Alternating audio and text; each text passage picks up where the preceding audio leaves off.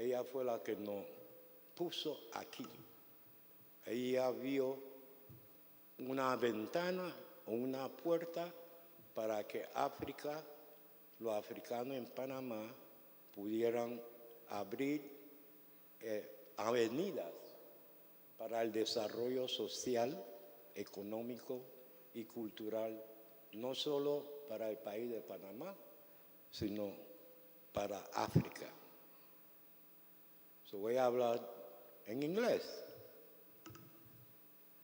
Welcome, greetings, everyone, in the spirit, the divine spirit of Ubuntu and Mahat.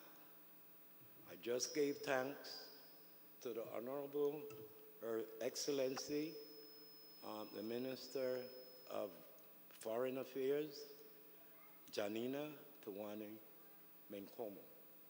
I didn't say it in Spanish, but I had to say it in English. So it's through her intervention that we hear. And you got to be honored because this building represents the leadership of Hispanic America. And I have to give thanks to Mr. Castillo for allowing us this space. And now, I don't know how we see it, but I know how we see it. Rasila. This is a big step. This is history. And those that came from abroad and those that work here and make this happen with everything that we know happened is still history. Because the colors of Ethiopia is here. The only, let me say that again, independent, sovereign nation of Africa. And we represent that. Rastafari represent the only sovereign African country. Everybody else is their child. It is their child. All right? So, le acabo de decir, I'm switching to Spanish. Le acabo de decir que le dimos la gracia a usted en español, pero tuve que darle la gracia al señor Castillo y enfatizar la importancia de estar aquí, que es la casa del liderazgo de Hispanoamérica. Y lo voy a decir en español. Muchísimas gracias. También le di la importancia histórica de esta reunión aquí en este país y el Ministerio de Relaciones Exteriores, y puedo mencionar muchos nombres, pero déjame darle gracias a todos para no quedarme en recordar, pero tengo que darle gracias al príncipe también por estar aquí representando a la realeza más alta de África. La realeza más alta de África es la monarquía de Etiopía. No hay ningún jefe tribal, ningún presidente que es más alto en lo que es jerarquía política. Lastimosamente, Etiopía no está en un nivel de compartir lo que es la política africana. Pero sí nos representa porque la sede de la Unión Africana está en Etiopía, que el abuelo del príncipe Hermías Haile Selassie fue que hizo eso posible. Y le damos gracias por eso. Hay que aplaudir eso, porque los Estados Unidos de África vienen. Y tengo que terminar, pero voy a traducir nuevamente. I just gave thanks, and I'm short in the English, to Ethiopia and Emperor Haile Selassie for having today the African Union in Addis Ababa. And I also gave thanks to the Prince Hermías Selassie to be here with us, representing that legacy. Now, I'm going to switch. Voy a hablar en español y después la voy a introducir. Aquí en Panamá hay una marea que todos conocemos, la marea roja. ¿Sí? El equipo de fútbol de Panamá es la marea roja. Pero hay algo que está pasando en el universo africano, nuestras tradiciones africanas.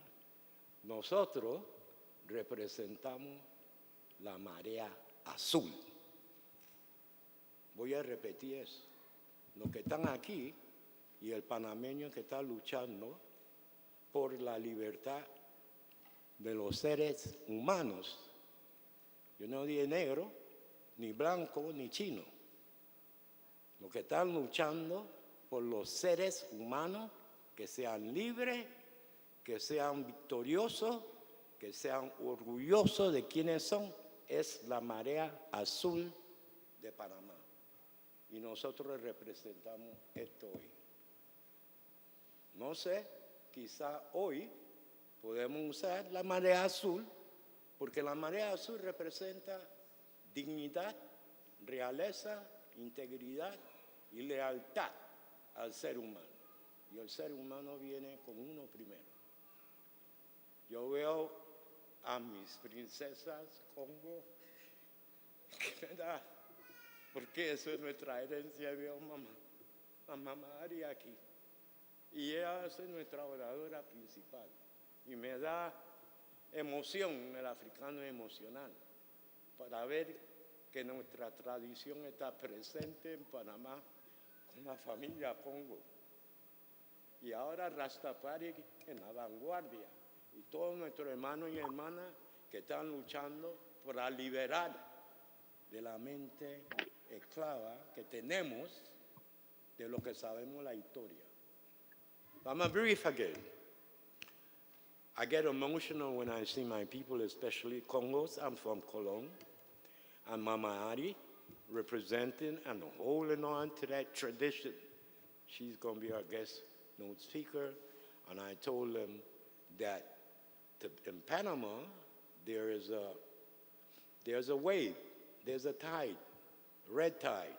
Even the football team, they call it the red tide.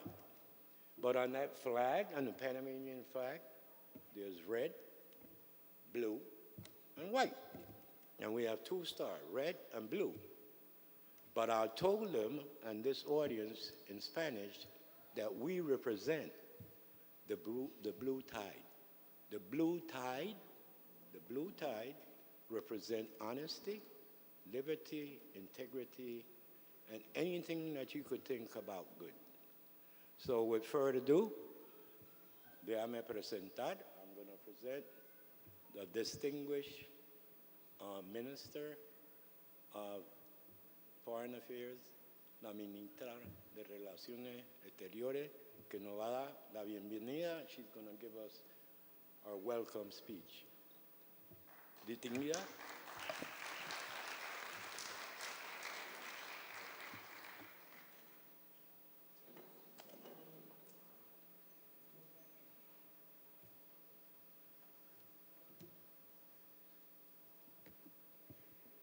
His Highness Ermias Saleh Selassie, Crown Prince of Ethiopia, government authorities, global Rastafarian community, distinguished guests, ladies and gentlemen.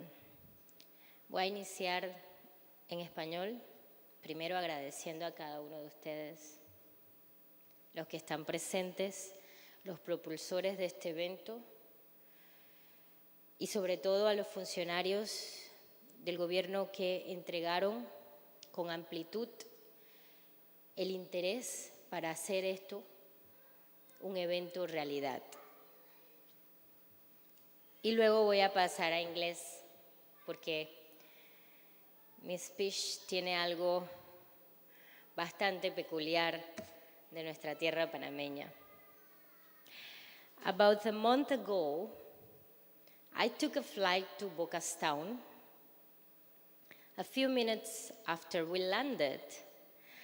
As I and the other passengers waited for our luggage, a man sat down and started playing his guitar. I could give you the name of the first song he played, but the first few words are so universal and so beautiful that I will try to sing them for you. Don't worry about a thing. You know the next words? We'll be all right. Okay, good. I'm getting goosebumps. Yes, the song, this, yes.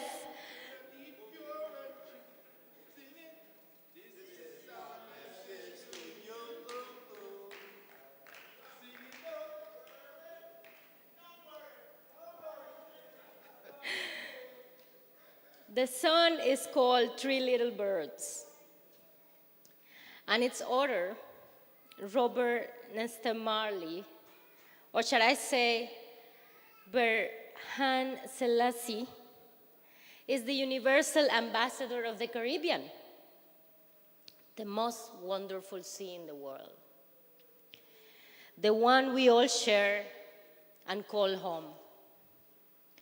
But he is also a universal ambassador of what brings us here today, Rastafari. He said, it's not a culture, it's a reality. In a way, there is nothing particularly unique about hearing a Bob Marley song in a Caribbean airport. Bob Marley's music is global and has been for many decades. And in all honesty, I didn't give much thought to the song at that moment. But as I sat to write these words, I started exploring layer upon layer of meaning, history, culture, and purpose. So let me share with you some of my thoughts. Let's start with the place, Boca's Town. As you all know, Marcus Garvey visited Bocas in 1921, raising investment for his Black Star Line project. Today, there is a monument dedicated to him on the island. Garvey once said that a people without the knowledge of their past history, origin, and culture is like a tree without roots. And I want to repeat this.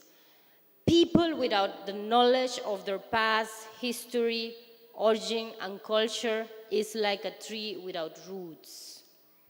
These words, I think, go to the heart of the current moment. There is little doubt that the world is entering a new, very complicated era. 2024 looks like a crucial year for the destiny of humanity. In this context, Panama is also undergoing a historical transformation. We are a couple of decades into what I call the Panama 3.0 era, which started when we became fully sovereign as a country and whole as a nation, following the full withdrawal of American presence on December 31st, 1999. But perhaps more importantly, we are at the beginning of what I call Panama's millennial era, which is the coming to position of power and authority of people born after 1981. Like me, I was born in 1984 and I'm a millennial. And I'm the Minister of Foreign Affairs of Panama, the youngest in the continent. Why? Thank you. Why is this important? Because as a new generation takes power in a renewed country, we have before us the duty to remain and to reimagine our reality and to reimagine Panama. That means, of course, applying all the learned lessons, respecting our elders and our history. But more importantly, it means redefining, reorienting, and expanding our very understanding of self. The truth is the ideas that shaped Panama and the world throughout the 19th and 20th century were a bit exclusive. They left a lot outside. Entire peoples and cultures were ignored in the best case and suppressed or even killed in the worst.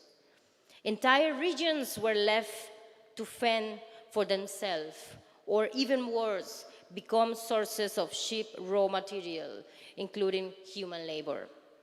So what does this mean? At a geographical level, it means looking beyond the Panama City area and integrating the whole territory in every dimension possible. At a cultural level, it means embracing all the people and culture that have not been allowed to be part of our national legend. That includes Rastafarianism, a way of life that, let me tell you, has penetrated Panamanian society and culture far, far beyond racial lines, far beyond the Afro-Caribbean communities. But I want to finish this point reimagining Panama also has an aesthetic dimension. If we reimagine Panama in a different way, it means embracing, for example, the beautiful dreadlocks that make Rasta people so strong and proud. Reimagining Panama leads to reimagining the world. We need to look more to Central America and the Caribbean. We need to look more to Central America and the Caribbean. That place where, as Garcia Marquez wrote, reality resembles the wildest imagination.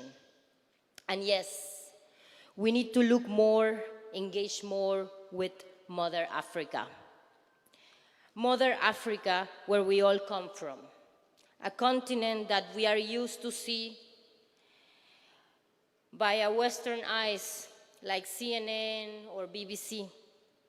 Those networks, as the Panamanian journalist Angel Ricardo Martinez wrote, won't tell us that people dance reggae in all parties in Uganda, that in Kenya people eat rice and beans, or that buses in Sudan carry a pavo, what we call pavo in Panama. They won't tell us because they don't understand, because their world and ours are dramatically different. I want to close these words with a question. How long are we going to keep following the words of our past and present, or what you call Babylon, to keep us hostage from the future? As I let you ponder that question, let me quote Garvey once again. If we as people realize the greatness from which we came, we will be less likely to disrespect ourselves. Thank you very much. And welcome to Panama.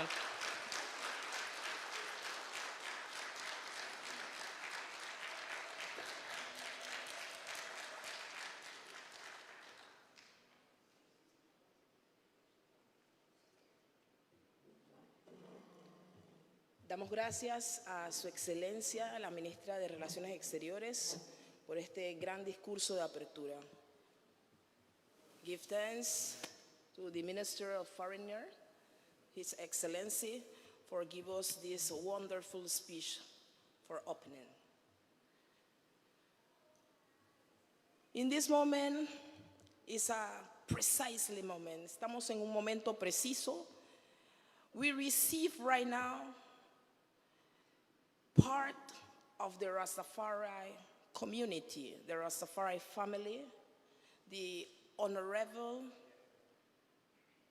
Priest Jaerick Moses. I have a few words for this congregation. El honorable sacerdote Jaerick Moses tiene algunas palabras de bienvenida para todos los presentes.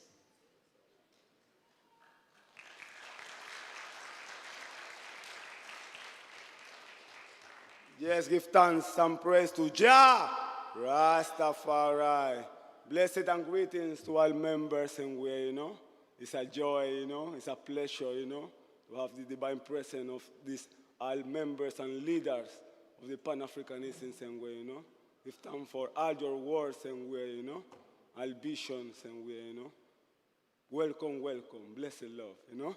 Yeah, man, give thanks and way, you know. Damos gracias primeramente por la vida, al poderoso dador de la misma. Damos gracias por un corazón de celebración más. Melcangena, celebrando la Navidad etíope, you know, tratando siempre de nosotros de llevar nuestra cultura, you know, en casa y en el extranjero. Realmente es un honor para nosotros, como miembro del Congreso Negro Africano Etíope y la Iglesia de la Salvación, con su base central en Bulbel, San Andrew, Jamaica, que en Panamá realmente es un honor nosotros poder llevar nuevamente los trabajos que tengan que ver con todo lo que sea el legado de Marcus Mosiah Garvey, porque naturalmente los objetivos y propósitos del movimiento Rastafari es poder lograr la fundamental libertad y redención de la gente negra en los 4 puntos de la tierra. Realmente, ¿no? Damos gracias por la presencia de todos los miembros de la sociedad civil afrodescendente, los altos dignatarios que nos acompañan en el día de hoy, el príncipe Hermías, como de igual manera nuestros hermanos de Sudáfrica que vienen y todos los diferentes líderes. I say I give thanks and we, you know, for this gathering, you know, fulfill our prophecy and history, our aim and objective, fundamental freedom, international repatriation for the all black people in the diaspora. So give thanks and greetings and we, you know, to carry this word, to preserve the memory of our leaders and we our ancestors and this hour. Marcus Mosiah Garvey, Selassie, Jah, Rastafari, Reverend for Wind Universal, Earth, Sky and Sea. Marcus Mosiah Garvey, Selassie, Jah, Rastafari. Glory be to our Father, to the Son, and to the Holy One of creation. As Jah was in the beginning, is now and ever shall be, Jah word without end. King Selassie, Jah, Rasta, our Father who art in Zion, hallowed be thy name, thy kingdom come, thy will be done on earth as it is in Zion. Give us this day our daily bread. So let the word of our mouth and meditation of our heart be acceptable in thy sight, O Most High. Jehovah, Jah, Rastafari, bless and sanctify, my Lord and Empress.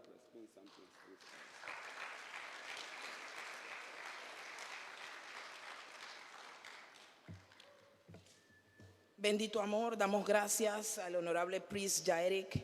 Me gustaría compartir con ustedes un poco más de información de esta conferencia. Rastafari Asian Living Art and Culture, RALAK 10 Panamá.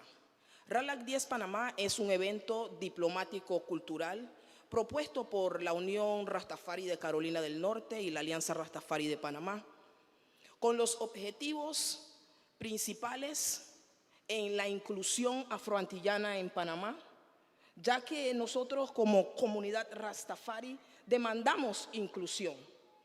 El Rastafari, así como el Congo, son parte estructural de la nación y del trabajo del crecimiento de este país.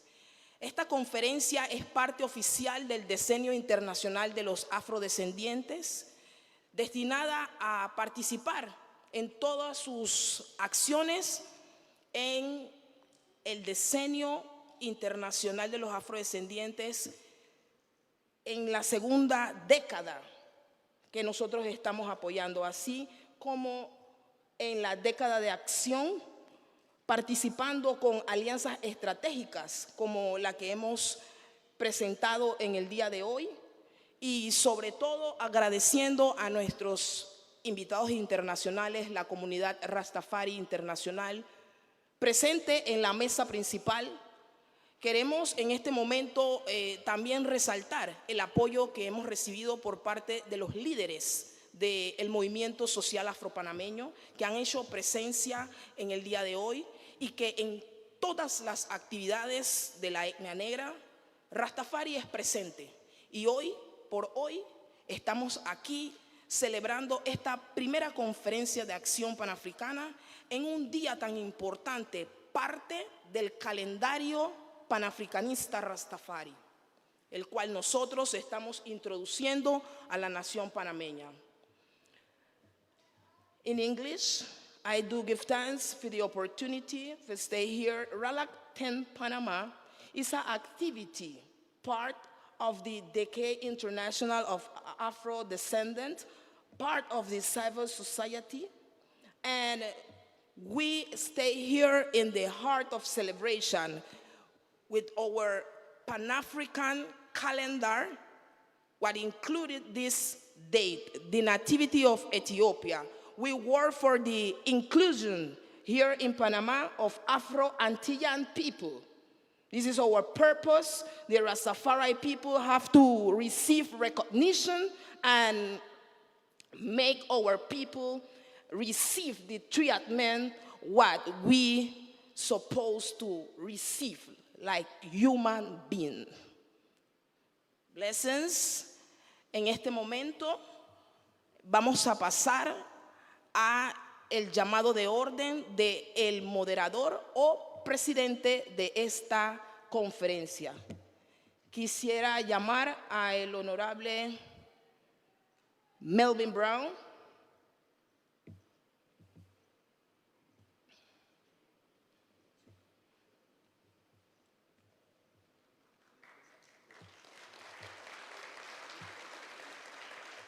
Okay, vamos a hacer un espacio. Sí.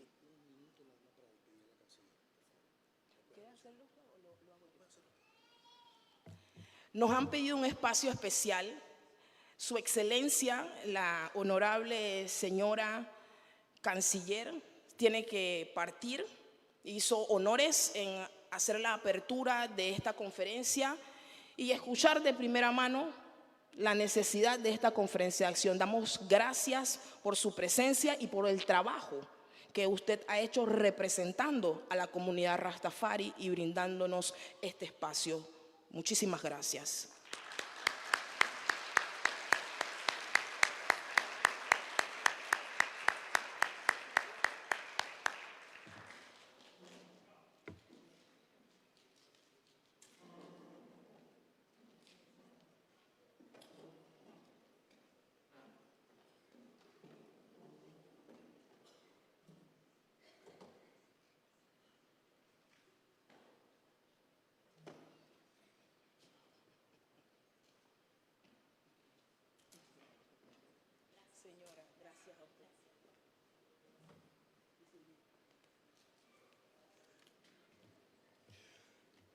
Grand Rising, buenos días. I would like, on behalf of the organizing committee, we have two co-presidents of this RALAK 10 conference. My brother and myself. He will be following me with his message as soon as I finish. Just to let you know that we want to thank you for being here. We want to recognize all the authorities and dignitaries that are in the house and those that are following by Zoom. Quisiéramos decir que hoy tenemos dos copresidencias de este evento, mi hermano, que me va a seguir en la palabra.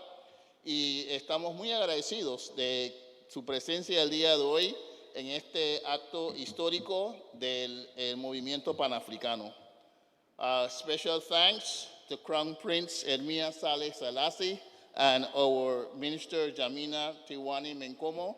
Especial agradecimiento por el apoyo del Príncipe Ermia Saleh Selassie y de la ministra Janina Tiwani Menkomo. All protocols observed, todos los protocolos observados. Quisiéramos decir que todo proceso de desarrollo empieza con ideas. All development processes start with ideas. Nuestro comportamiento tiene que ver con ideas. Our behavior has to do with ideas. Emociones, feelings, sentimientos, belief systems, sistema de creencias, different degrees of knowledge and understanding, distintos niveles de conocimientos y de entendimiento, subconscious programs and desires, programas que están en nuestros subconscientes y las necesidades que están construidas por nuestra conciencia. Through these processes, we resolve challenges. A través de estos procesos resolvemos nuestros asuntos. We settle differences, and those are components of our culture. Esos son los componentes de nuestra cultura. So we have a Pan-African culture and we have a Pan-African ideology. Así que tenemos una cultura panafricana y tenemos una ideología panafricana. So we are followers of our royal ancestral house, represented here today, and we are also inspired by our leaders that were here before us. And in this particular event, we are honoring Marcus Garvey.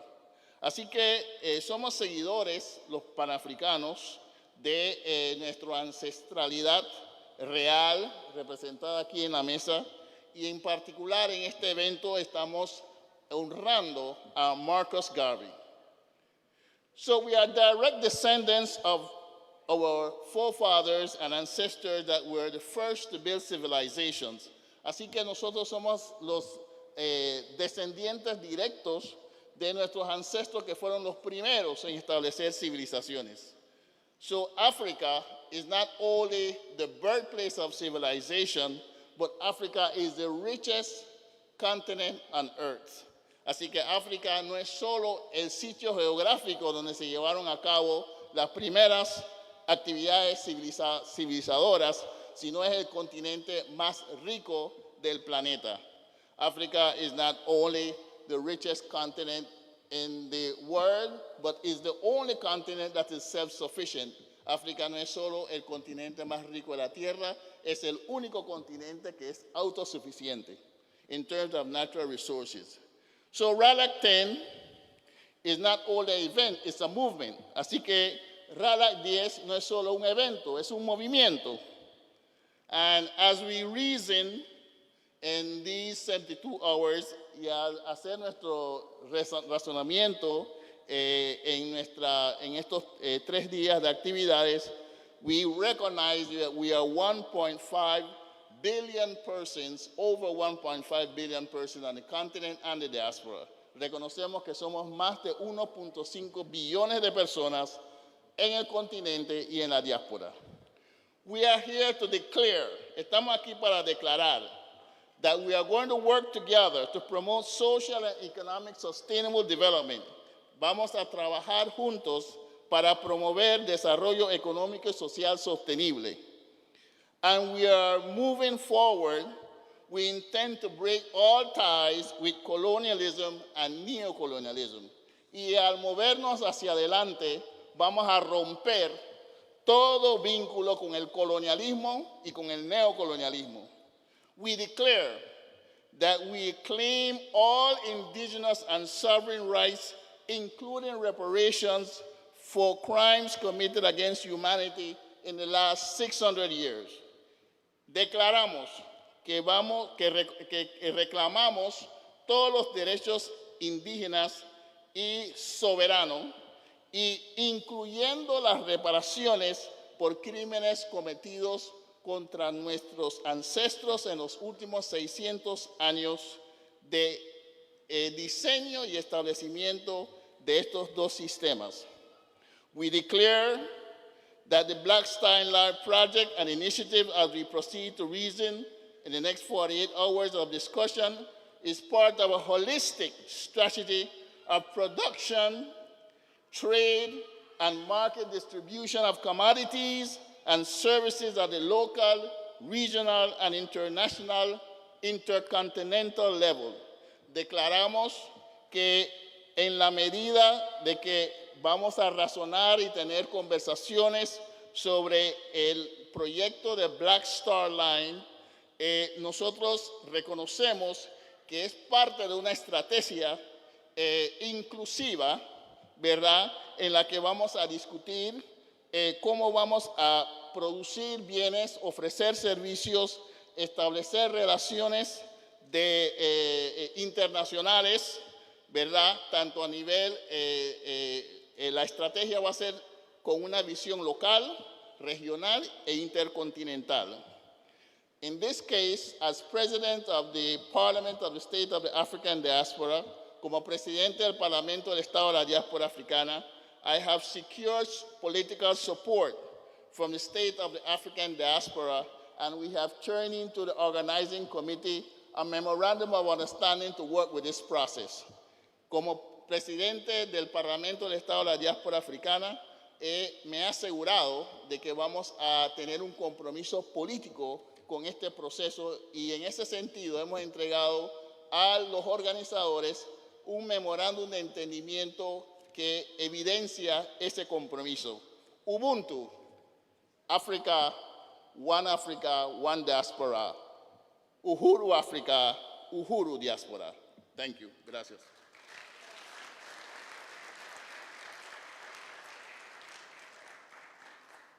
Liberación, yo juro. Gracias al honorable presidente Melvin Brown. Seguimos esta conferencia de acción con la participación de nuestro segundo presidente en el llamado de orden para la participación de los panelistas. In this moment, we receive the second chair of this conference, the Honorable Elder Ray Cisnet. Welcome. Buen día, bienvenidos. Good morning, welcome.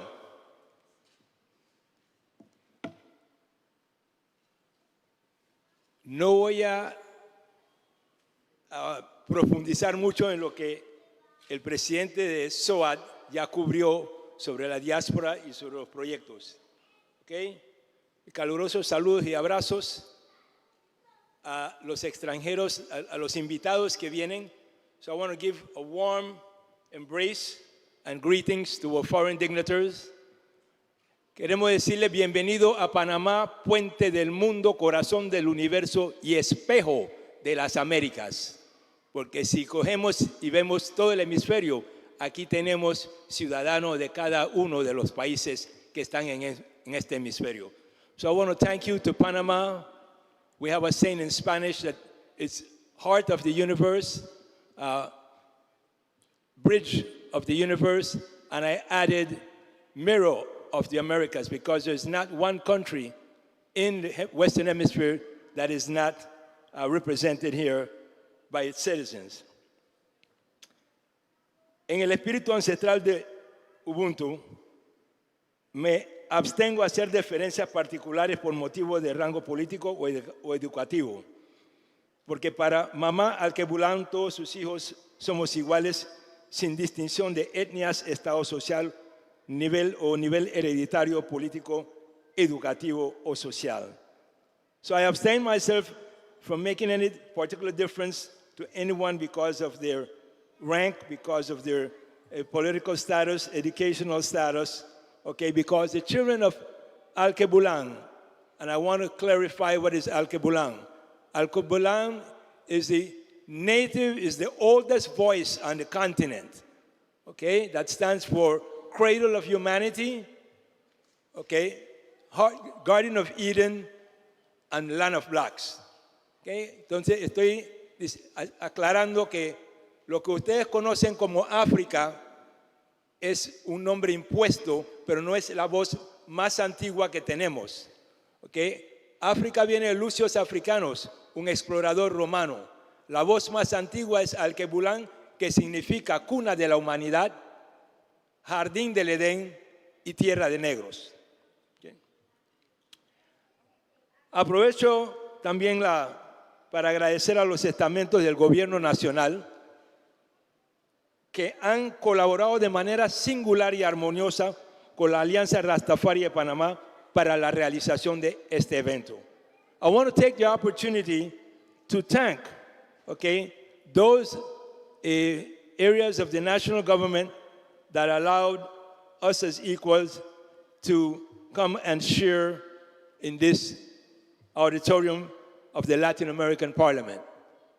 I must tell the people that in 2 more days, we're going to be celebrating the Panamanian grassroots people, It's going to be celebrating the uprising that eventually caused us, mostly the Alkebulian descent, 22 deaths in both coasts, Panama and Colón, because of the rudeness, because of the colonial and the Jim Crow mentality that pervaded in this area, right where we're standing, prior to the signing of the Torrijos-Carter Treaty of September 7, 1979. Quiero hacer énfasis que en esta área donde estábamos, nosotros, nuestros ancestros vinieron de Alkebulan a ayudar a la formación de esta nación,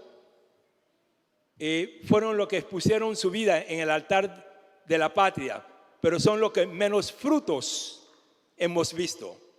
Así que esto, hago un reconocimiento, no necesariamente un agradecimiento, porque esto lo ganamos con sangre, sudor y vidas. Recordando que dentro de 2 días vamos a estar conmemorando el Día de los Héroes. Esa es otra cosa que hay que, como maestro, tengo que aclarar. La juventud de mi generación no fuimos mártires, Nosotros sabíamos a quién nos estábamos enfrentando. Nos estábamos enfrentando al ejército más poderoso del mundo.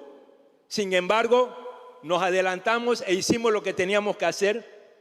Hubo 22 panameños que fenecieron en ese día y 3 norteamericanos. Y nosotros no vemos el fruto del sacrificio de Ascanio Arosemenas, porque esta es la primera vez que tenemos la familia alkebulana de Panamá y de la diáspora que es recibida aquí.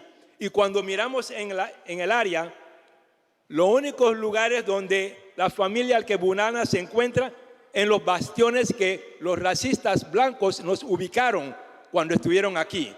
Pero cuando usted mira en algunas áreas, usted no ve representación de la gente que puso la vida en el altar de la patria. La Comisión de Reparaciones está buscando un hogar en el área revertida.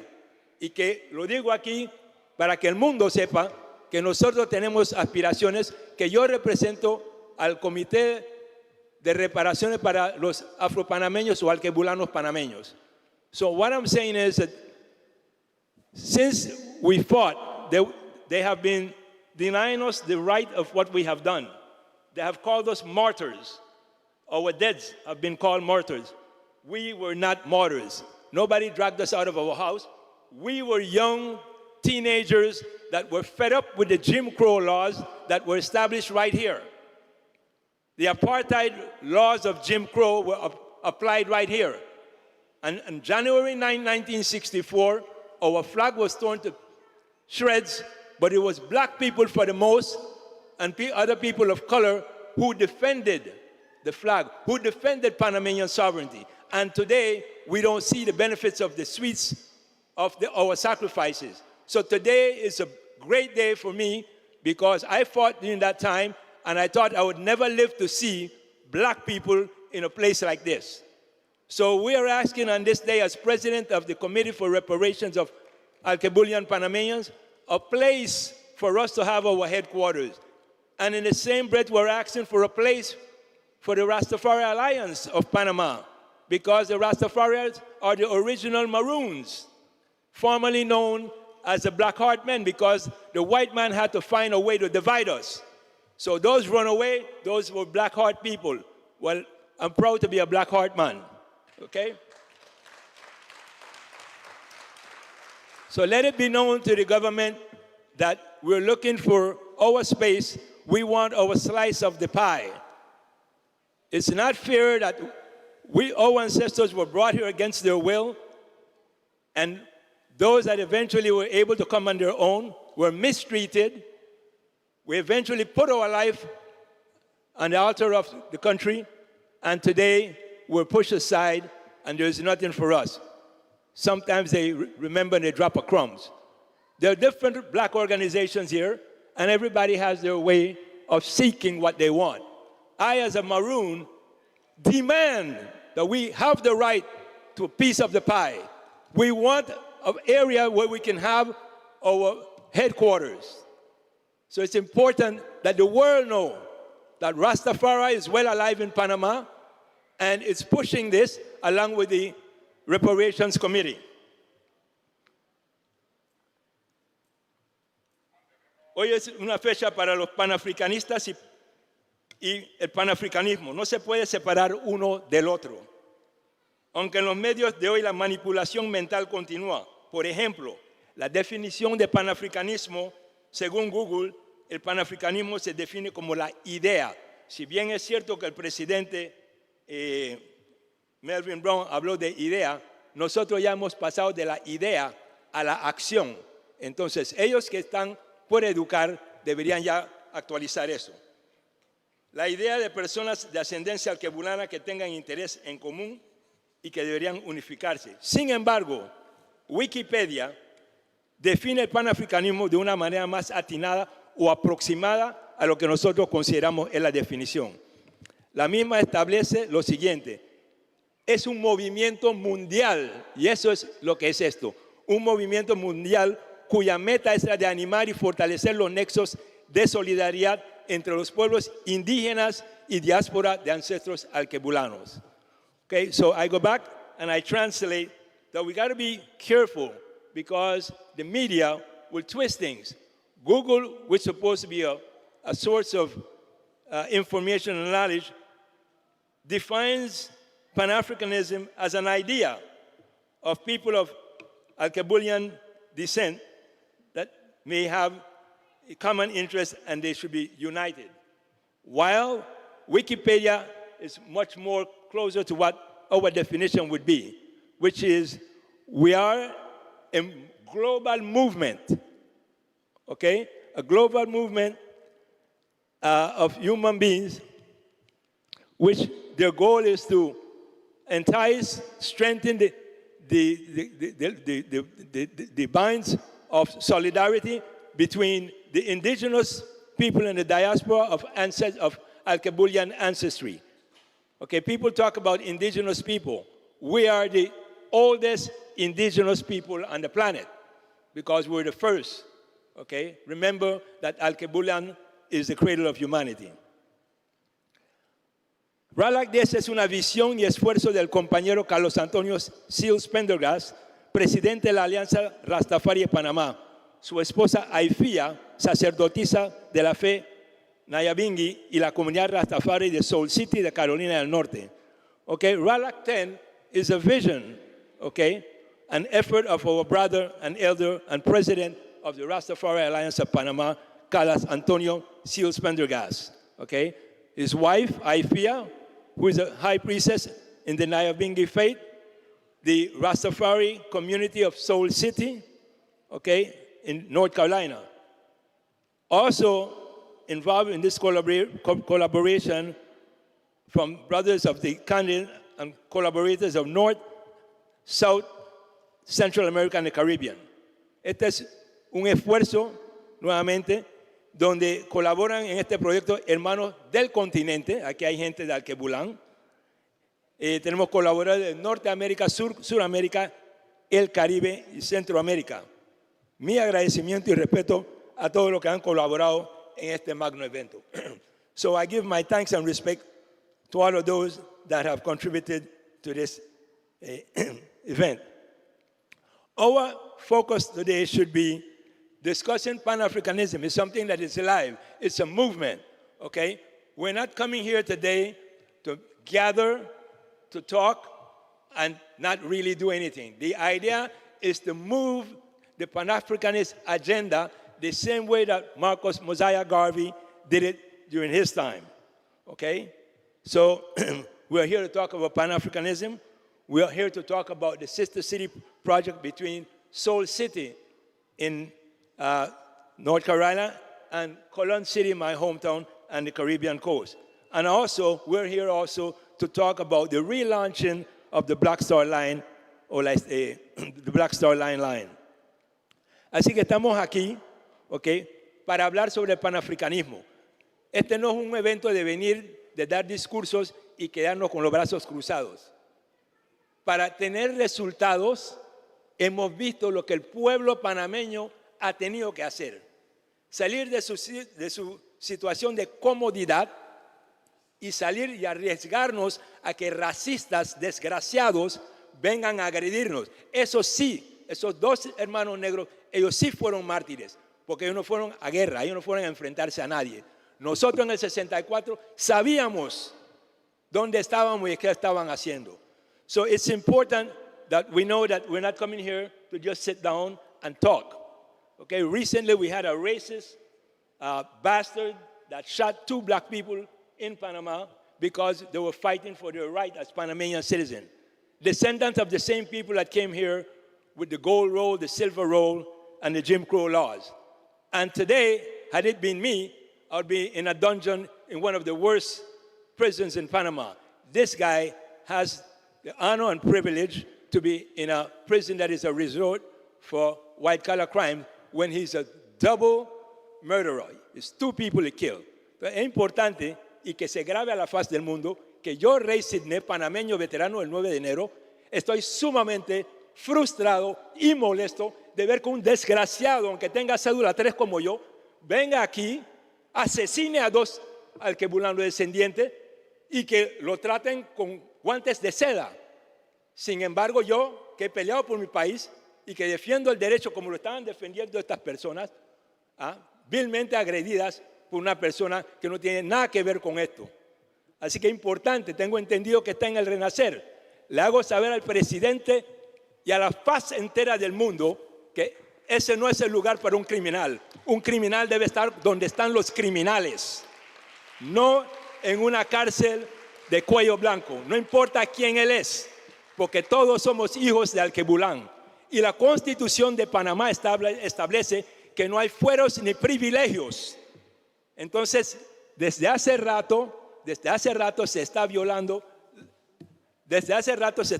la Constitución de la República de Panamá. Hagámoslo a respetar. Okay, so I wanted to say one more time, and I put my name and my voice and my face out there to the government of Panama and to the world, that I am highly upset as a veteran of 9th of January that a bastard, okay, descendant of the people that came here to impose gold roll, silver roll, okay, would come and kill 2 of our brothers that were protesting justly, okay, for their rights in this country, and today is treated with silk gloves, is put in a white-collar prison instead of being in a common cell where killers are supposed to be. So take note. Briefly, I'm going to give you the name of the Pan-Africanists, and then I'm leaving because my time is up. When we talk about Pan-Africanism, we talk about Edward Wilmot Blyden, which is known to be the first Pan-Africanist, followed by Henry Sylvester Williams, Marcus Mosiah Garvey, and these 3 people were 3 people from the Caribbean, okay? Emperor Haile Selassie, the grandfather of our visiting prince, okay? Kwame Nkrumah, I believe his daughter is somewhere around. Martin Luther King was one.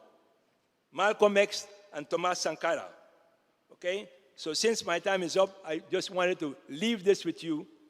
And remember, this is not an event just to come and sit down. This is an event to organize ourselves, the grassroots of Rastafari, the grassroots of the general population, to stand firm. It's time that we demand what is ours. Es tiempo que el pueblo Rastafari, el pueblo sufrido de nosotros, es tiempo que nos paremos firmes y exijamos el derecho que tenemos por los sacrificios hechos. Ubuntu, Uru, Uru.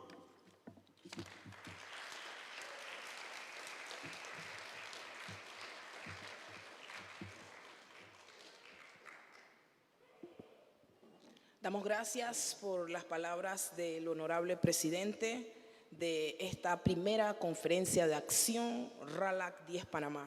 En este momento quisiéramos hacer un espacio especial para llamar a la moderadora de este evento, la honorable hermana Mama Ari, elders de la comunidad Congo, quien dice que va a compartir con nosotros.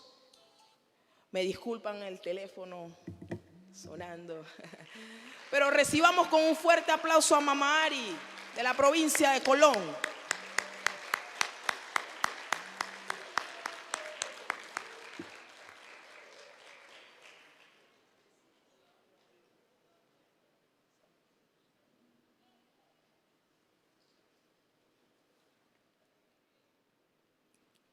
Buenos días. Buenas noches en Congo.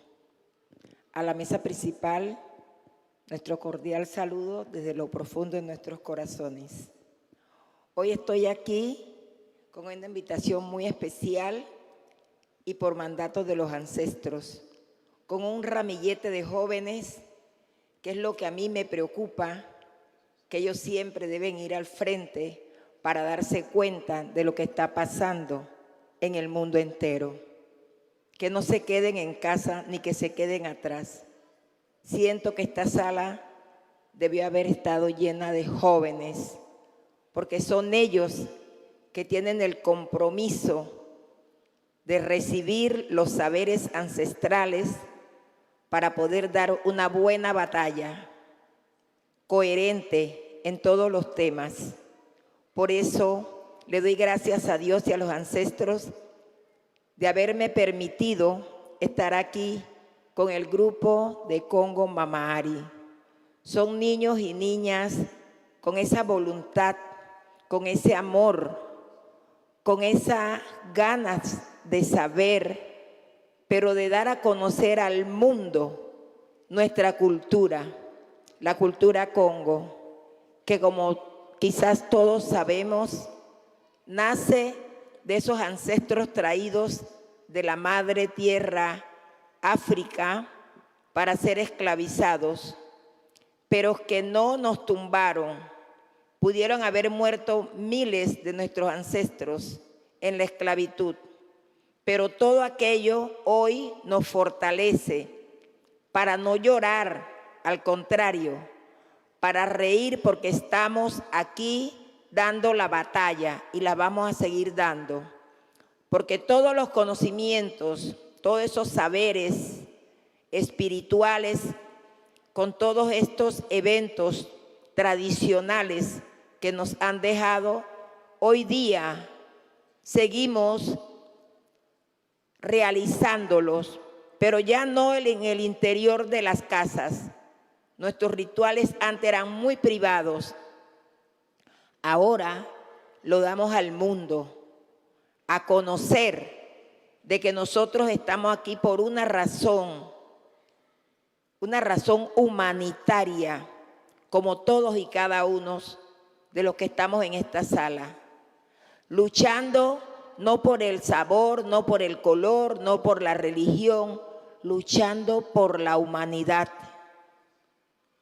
por aquellos que han tenido tantas limitaciones y que hoy día, a pesar de la riqueza del mundo y más de la riqueza de África, nuestros hermanos vivan la triste tragedia de la pobreza extrema.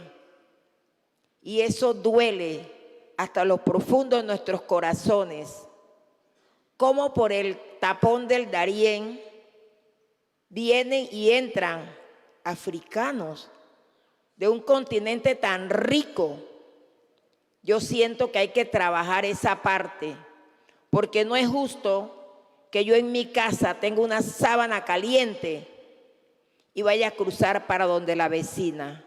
Hay que luchar para que esa sábana arrope a todos los africanos, porque la diáspora ha luchado, nos tocó. Pero hay algunos que desde África deben de tirar la mirada a aquellos que para un pan dan la vida. Y eso lo vemos gracias a Dios, a la tecnología todos los días. No podía pararme aquí sin antes tocar ese tema que me lastima profundamente, saber que África es rico, pero nuestra gente es muy pobre. Hay que trabajar en eso. Eso duele y duele muy profundo. Ahora bien, hablamos del Congo y quizás muchos no sabemos. El Congo es matriarcal. Tenemos una reina que ella es la líder que siempre ha llevado la batalla. Sin embargo, conversa siempre con el rey para llegar a un buen acuerdo de lo que se va a hacer en la comunidad Congo. Eso ha sido ancestral, en los palenques. Hoy día nosotros estamos en el rescate de todos esos saberes ancestrales con niños y niñas de Portobelo, Panamá y todos los niños que quieran saber algo de Congo, con mucho gusto nosotros estamos ahí en colegios, escuelas, universidades nacionales e internacionales, visibilizando nuestra hermosa cultura, la cultura Congo. La reina tiene 2 hijos, un pajarito y Juan de Diosito. Tiene 2 hijas que son sus meninas. Y tiene todo un equipo de macha, porque en Congo las mujeres nos decimos, en vez de ser mujer, es macha. Si no eres Congo, eres mojonga, otras mujeres. Los hombres son negres. Y casualmente estamos entrando en un tiempo que se vivió en la esclavitud, que es el tiempo de nosotros, cuando en aquellos momentos los amos le daban a los esclavizados sus momentos para entre ellos compartir, y que inicia el 20 de enero y termina el miércoles de ceniza. Queda dentro de los carnavales, pero no es que estamos celebrando carnavales. Es el tiempo de nosotros. En Congo, el tiempo es masoto. El tiempo es masoto. En algunas ocasiones he escuchado que alguien dice soto. Soto no significa nada. Es masoto, nosotros. Hago un poco de docencia porque la idea no es ir repitiendo como el papagayo, es ir rescatando, ir corrigiendo.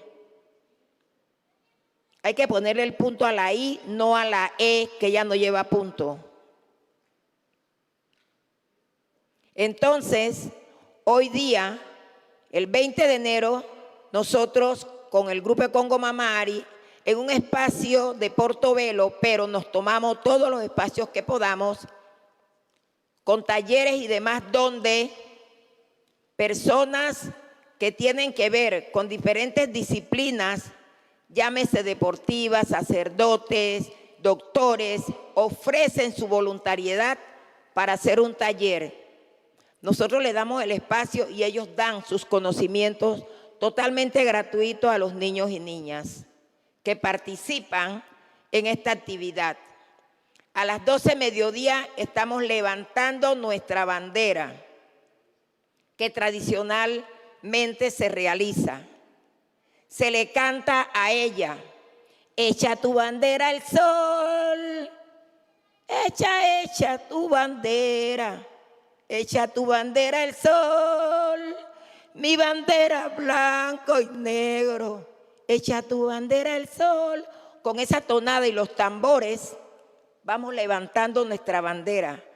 vamos recordando a nuestros ancestros, vamos viviendo nuestros momentos, vamos repartiendo nuestra sopa, que es una olla de 1000 platos de sopa y todos están invitados ese día a Portobelo, 20 de enero, donde donamos juguetes, donamos canasta de comida, ropa, zapatos, lo que nos donen a nosotros, no solamente aquí en Panamá, de Nueva York vienen tanques de cosas para ser donados también ese día, porque tenemos amigos a nivel mundial.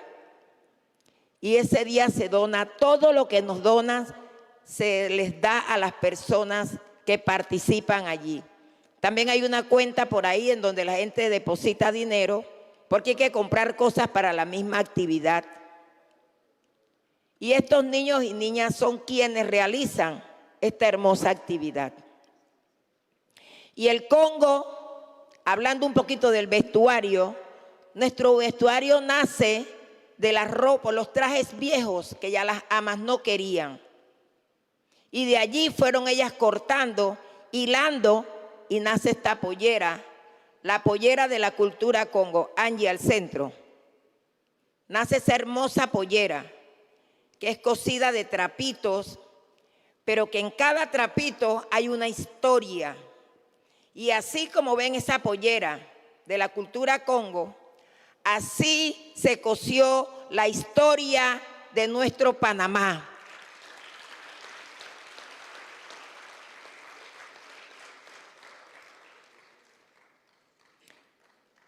También ellas, dentro de su baile, tenemos que mantener el contacto con la madre tierra.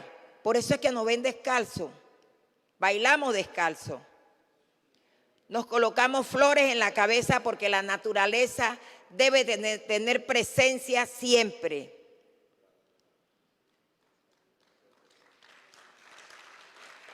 El hombre con su vestido de rumbe, cuya parte da cariño para el centro. De dumbe, ahí cariño. Su nombre es de rumbe. Tenemos nombres de la naturaleza, como nombres de animales, o por ejemplo, trueno, o por ejemplo, lluvia, son nuestros nombres, porque así confundíamos a los amos y realmente no sabían qué estábamos diciendo. El vestido de él es al revés, por la rebeldía, la rabia y la impotencia de haberlos esclavizado. Lo que cuelgan en su alrededor son todas aquellas cosas que no pudieron tomar y traer desde África. Pero como verán, él tiene allí una pierna, un cuerpo o partes de muñeca, porque así quedó nuestra familia cuando fueron desmembrados, vendidos aquí y allá. El sombrero que lleva puesto, al quitárselo, quítate el sombrero, cariño, al quitárselo y ponerlo, víralo, cariño, víralo, voltéalo. Ok, al voltearlo tiene la forma del barco donde eran transportados. Y al colocárselo en su cabeza, sus plumas indican que él está en los cielos altos como las aves. Libertad. Por eso sus bailes, sí, ok. Por eso sus bailes, los bailes del Congo no tienen parámetros, son libres. Tenemos 3 tambores. Nuestros tambores tienen nombres espirituales. El Padre, el Hijo y el Espíritu Santo. Ellos tienen una conversación entre ellos que el primer toque es el llamado y respeto al Creador y a los ancestros. Y luego, más tarde lo pueden ver, que el segundo toque, una vuelta muy larga que a mí me encanta, porque esa vuelta nos conduce a la libertad. Muchas gracias.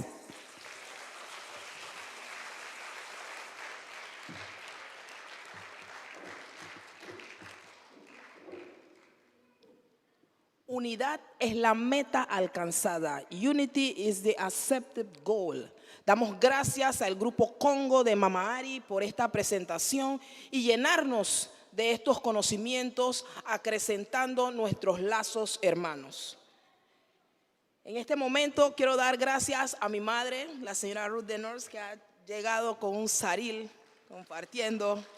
I do give thanks for the presence of my mother to bring me saril here, you know, ancestral things for more strength. It's the moment precisely to call our president here again, Melvin Brown, we can present all the participants.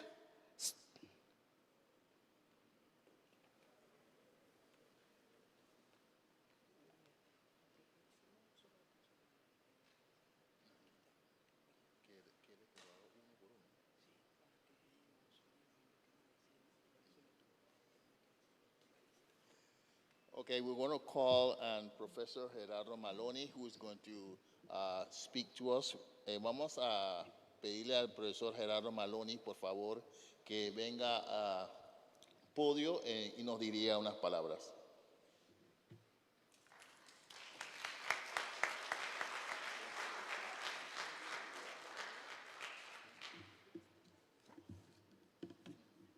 Muy buenos días a todos y a todas. Yo voy a pegarme a la solicitud que me hicieron los organizadores de traer unas palabras escritas. Pensé que iba a haber traducción simultánea, así que voy a hacer todo en español.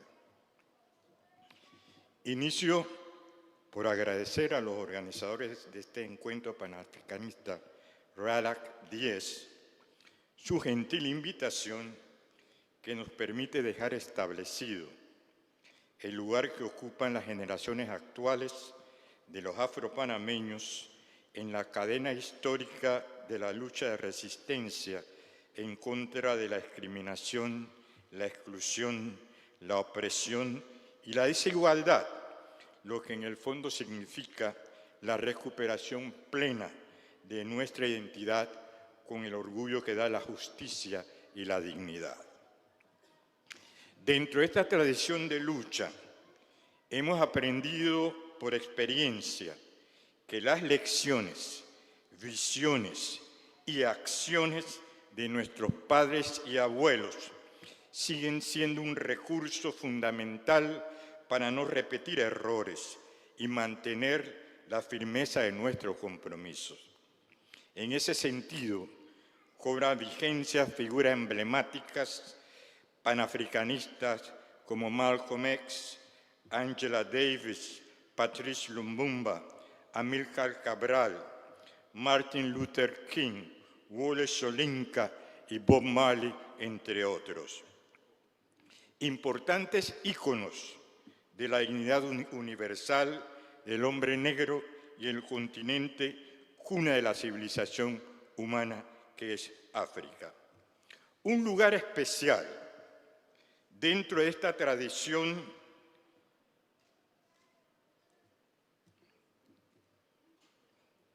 de lucha, para nosotros aquí en Panamá, ha sido por sus fundamentos filosóficos y acciones organizativas Marcos Mosiah Garvey. Sin duda alguna, Garvey nos entregó la hoja de ruta para sobrevivir a los retos y desafíos que deberíamos vivir abolida la esclavitud. Sus lecciones, la fuerza y la efectividad de su UNIA nos ayudó aquí en Panamá, como en Centroamérica y en el Caribe, a enfrentar los diferentes niveles de la adversidad expresada en el racismo, la discriminación. Quizás por eso, hoy sus opiniones y filosofía resultan referencias importantes para articular las acciones de un neo-panafricanismo como visión concertada de los pueblos africanos en el continente y la diáspora para resistir a los nuevos desafíos y retos a los cuales estamos enfrentados hoy dentro de esta etapa de la civilización occidental caracterizada por la creación de un nuevo orden mundial. En esta coyuntura internacional, África vuelve a ser estratégica. Si para la época colonial y su famoso proceso de acumulación originaria de capital y el establecimiento de un mundo desigual y combinado, magistralmente explicado por Frantz Fanon en Los Condenados de la Tierra, África fue determinante por el uso extensivo e inhumano de sus poblaciones como mano de obra esclavizada. Esta vez, hoy, lo es por ser la reserva más importante de las riquezas y recursos que requiere el mundo para su desarrollo. En Panamá, las diferentes organizaciones y generaciones que conforman el movimiento social afropanameño tenemos conciencia de lo que está en juego en estos momentos históricos y por ello, después de siglos de exclusión, desigualdad, existe claridad que parte de la efectividad de nuestras acciones y compromisos necesita expresarse a través del Estado. Pero para que eso ocurra, es necesario que los afropanameños consolidemos una nación basada en la interculturalidad, es decir, el respeto a la diversidad étnica y cultural para el ejercicio de derechos ciudadanos con justicia y con igualdad. Es sobre esta base que el movimiento social afropanameño ha ido consolidando los espacios institucionales para acciones claves como la siguiente. Primero, la adhesión del Estado panameño a los acuerdos y pactos internacionales contra el racismo y la discriminación. Segundo, la apertura de sedes y misiones de Panamá en África para consolidar políticas de cooperación y alianza estratégica con los distintos estados africanos. Tercero, reforzar acciones necesarias para hacer una realidad los procesos de reparación de los efectos que aún persisten de la esclavitud y deben ser resueltos para una vida más digna de los afrodescendientes. Panamá, como otros estados que fueron escenarios de la trata y el sistema esclavista, deben reforzar su firmeza frente a los derechos de las reparaciones. Y cuarto, insistir en este país en el respeto de las tradiciones, pensamiento y acervo cultural africano como parte de la identidad de Panamá como nación. Respaldar en ese sentido las iniciativas de la sociedad civil para desarrollar vínculos culturales, económicos y sociales con África. A pesar de los retos y desafíos que aún plantean las condiciones que vivimos amplios sectores afrodescendientes en el mundo actual, existe una ola importante de optimismo frente al presente, como lo es un despertar mundial de la conciencia racial beneficiado por la interconexión y el achicamiento del mundo por las nuevas tecnologías y las redes sociales. Es claro que esas nuevas tecnologías también pueden estar siendo utilizadas para mantener las condiciones de inequidad e injusticia de los pueblos negros en el mundo. Sin embargo, continuamos inspirados en los principios de unidad de los objetivos y propósitos como lo definiera Marcus Garvey. One God, one aim, one destiny. Bless.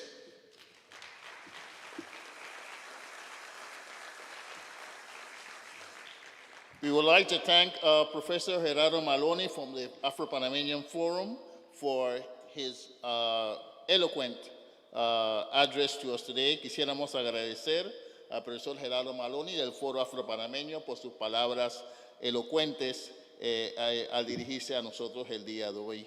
Quisiéramos ahora pedirle al licenciado Daniel de León que por favor nos dirija unas palabras. We would like to ask Attorney Daniel de León to address us at this time.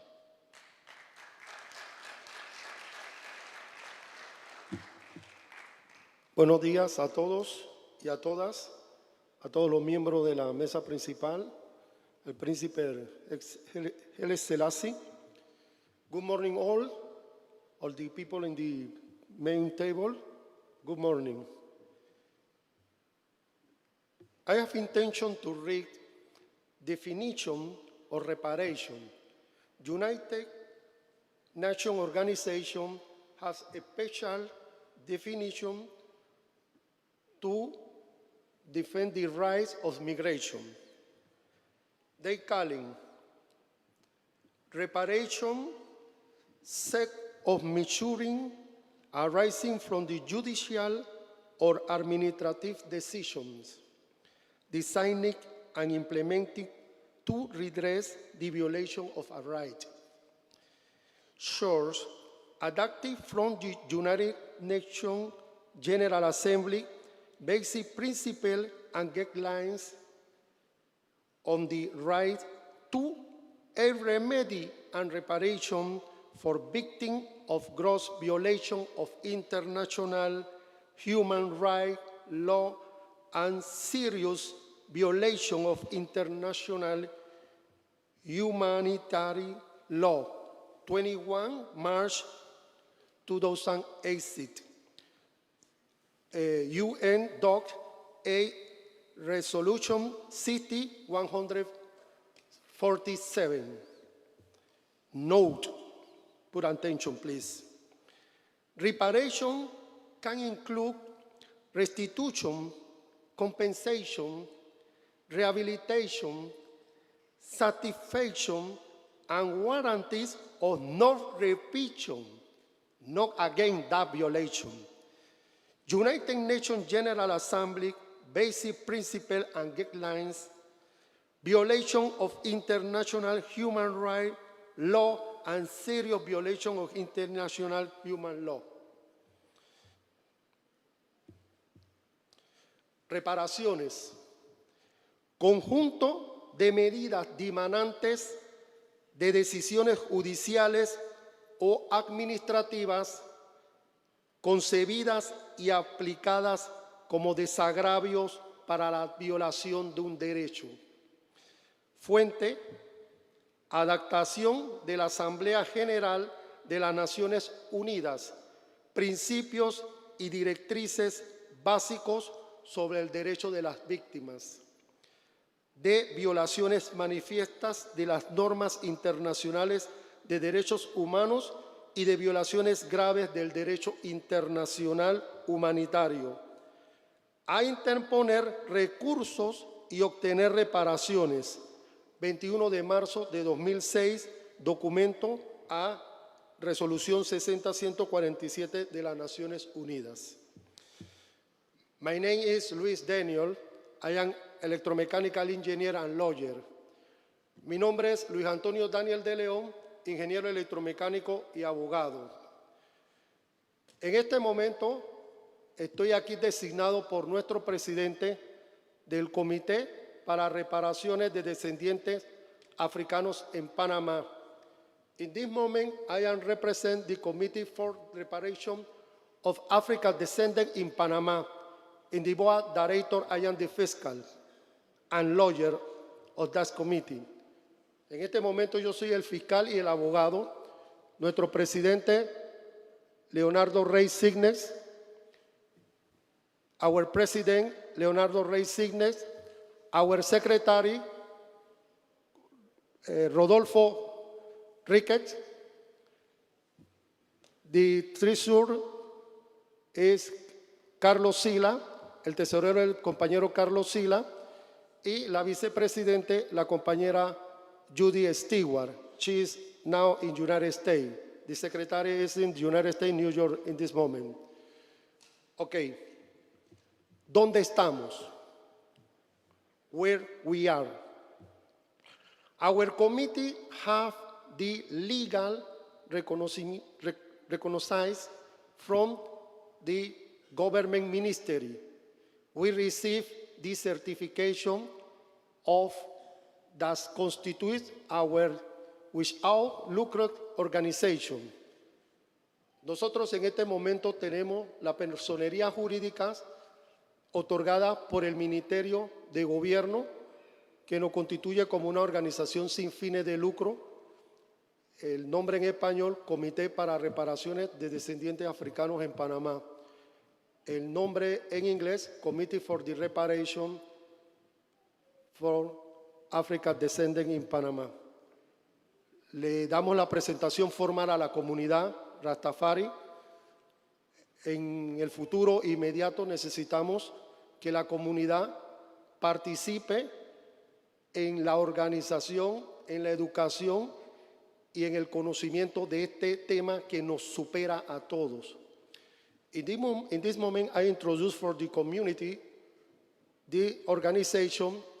We expect in the future you're involved in that, studying, analyzing, because that is a bigger action that you listen what is the meaning of reparation. That is action that over us.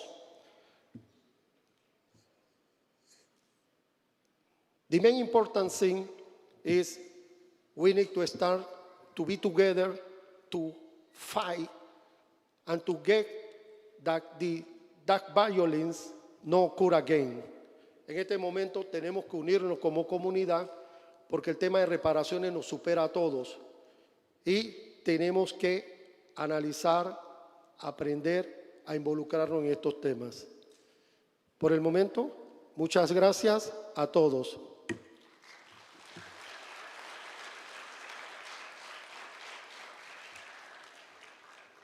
We want to appreciate Attorney Luis Antonio Daniel de Leon for his words from the Reparation Committee. His president is here on the main table. Quisiéramos agradecer las palabras del licenciado Luis Antonio Daniel de León del Comité de Reparaciones.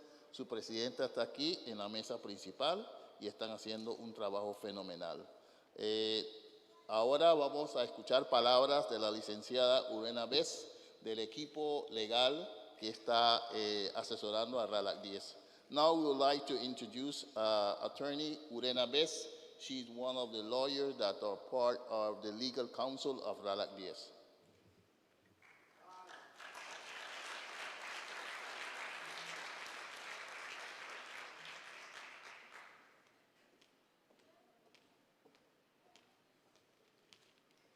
Muy buenos días.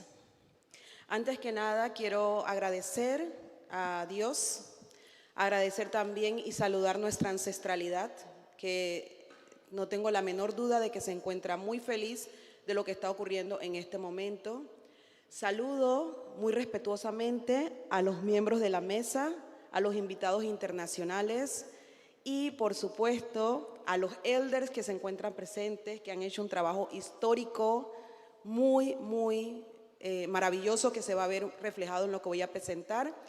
Y también saludo a los niños y niñas y jóvenes que se encuentran presentes. Y antes de empezar, saludo a los niños y las niñas que se encuentran dentro de cada uno de nosotros y nosotras. Quisiera realmente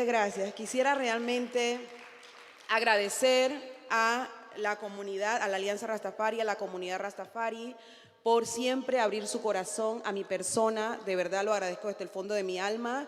Quiero también destacar el trabajo de esta importante coordinación, al señor Carlos Seal y también a nuestra hermana Empress Yesuri Nurse, que han realizado con un equipo extraordinario esta increíble labor, que es el primer paso de un camino poderoso. I would like to say in English, just to remarks, that I will share a summary of different legislations and initiatives that improve in certain way the life of Afro-Panameñans. However, it's very important to highlight that this is the result of the work of different leaders, historical leaders of our country.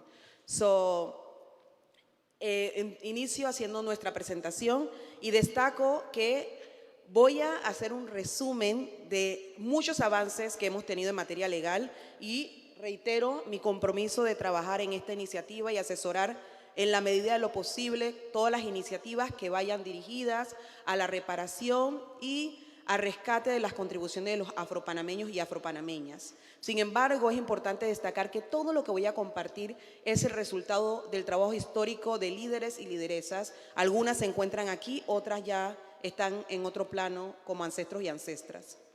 Desde el inicio de la presencia de los hijos y las hijas de Alquebulán en nuestro continente, hemos mantenido la lucha y los diálogos por la igualdad y el respeto a una vida digna. Históricamente, se encuentra documentado que Panamá, de alguna manera, realiza el primer acuerdo diplomático entre africanos y europeos en territorios colonenses, declarando el primer territorio libre de las Américas al Palenque del Santiago de Príncipe en 1579. Posterior a ello, Panamá ha representado de alguna manera un santuario para el desarrollo de los pueblos y etnias de todos los continentes, en especial del África. Desde 1956, en Panamá se ha mantenido un registro institucional de diferentes iniciativas que han buscado la lucha contra la discriminación y establecer mecanismos que garanticen la inclusión y la igualdad de los afrodescendientes en este país. En 1956, con la Ley 25 contra la discriminación, se inicia formalmente la primera acción legislativa dirigida con este objetivo. Ella, de alguna manera, se ve reflejada posteriormente en 1972 en el artículo 19 de nuestra Constitución. Posterior a ellos, leyes como la Ley 9 del 2002, que crea el Día de la Etnia Negra, promovida por diferentes actores, principalmente por el señor Clara Richard y el señor Elías Colley. También tenemos iniciativas como la Ley 28 del 2000, que crea la moneda Sara Sotillo, la única moneda encuñada con una persona afrodescendiente en nuestro país. Posterior a eso tenemos la creación de la Ley 16 del 2002, que regula el derecho de admisión y que crea la primera Comisión Nacional contra la Discriminación. Tenemos también que mencionar la Ley 11 del 2005, que regula y prohíbe la discriminación laboral, la Ley 64 del 2016, que crea la Senadad, modificada en la actualidad por la nueva ley, la Ley 7 del 2018, que sanciona actos discriminatorios. Vamos a también mencionar un poco de los decretos ejecutivos. Los decretos ejecutivos podemos mencionar el 124 del 2005, que crea la Comisión Especial para el Establecimiento de una Política Gubernamental para la Inclusión Plena de la Etnia Negra, el decreto 116 del 2007, que crea el Consejo Nacional de la Etnia Negra, la resolución 68 del 233, que reconoce y celebra el Decenio Internacional de los Afrodescendientes, el decreto ejecutivo 89 del 2006, que crea las actividades dirigidas a la Ley 9 del 2000 para la celebración de la etnia negra. Es importante destacar que se han logrado en la actualidad muchos avances. Avances como cuáles: la inclusión de los aportes de los afrodescendientes en la currícula formal educativa, que aún está en proceso, pero que se ha avanzado y que se va a empezar a ejecutar en los próximos años. También se logró incluir la presencia de los afrodescendientes y la participación de los afrodescendientes en el Plan Maestro Turístico de Panamá, lo que quiere decir que la fotografía internacional de nuestro país, por primera vez en la historia, va a mostrar el hermoso color de los afrodescendientes en todo lo que es la promoción internacional. Por último, me gustaría destacar que los hijos e hijas de Alquebulán que se encuentran en nuestro país han perdido el miedo de autorreconocerse como afrodescendientes. Y repitiendo lo que ocurre en 1930, se redibuja la imagen de la belleza de nuestro país, que ha manifestado en voz alta que representa más del 32% de población afrodescendiente. Aún hay mucho que hacer. Todavía no hemos logrado tipificar la discriminación y el racismo en nuestro país como delito y como un crimen que corta y es un crimen contra nuestra humanidad y nuestra libertad. Para que nuestros niños y niñas no duden de llevar su melena como su ancestralidad o su alma les dicte. Para que nuestros jóvenes no sientan el miedo o el peso del color de su piel, porque a un oficial de policía no les gusta su color. O porque las mentes brillantes de nuestro país, en las cuales sin lugar a duda se destacan muchísimos y muchísimas afrodescendientes, dejen nuestro territorio por falta de oportunidad y que se apague esa luz y ese brillo por el desinterés que se muestra en nuestro país y que enfrentan de alguna manera nuestras nuevas mentes brillantes. Aún nos queda luchar por el racismo estructural, que es más peligroso que el racismo directo, porque incluso las personas que lo experimentan no necesariamente lo reconocen. Es importante destacar que frente a lo que mencionaba el profesor Maloney, una revolución tecnológica que amenaza con desplazar a todo ser humano que no esté listo para controlarla, es nuestro llamado y nuestro deber atender y proteger a nuestra niñez y nuestra juventud y garantizar las oportunidades que el sistema en este momento les niega. No hay violencia más grande que un niño o una niña por un momento dude de su capacidad de poder lograr cualquiera de sus sueños. Dude de su capacidad de ser quien sueñe o ser quien desee ser. Los datos nos indican que está allí nuestra misión para lograr una equidad y una igualdad real.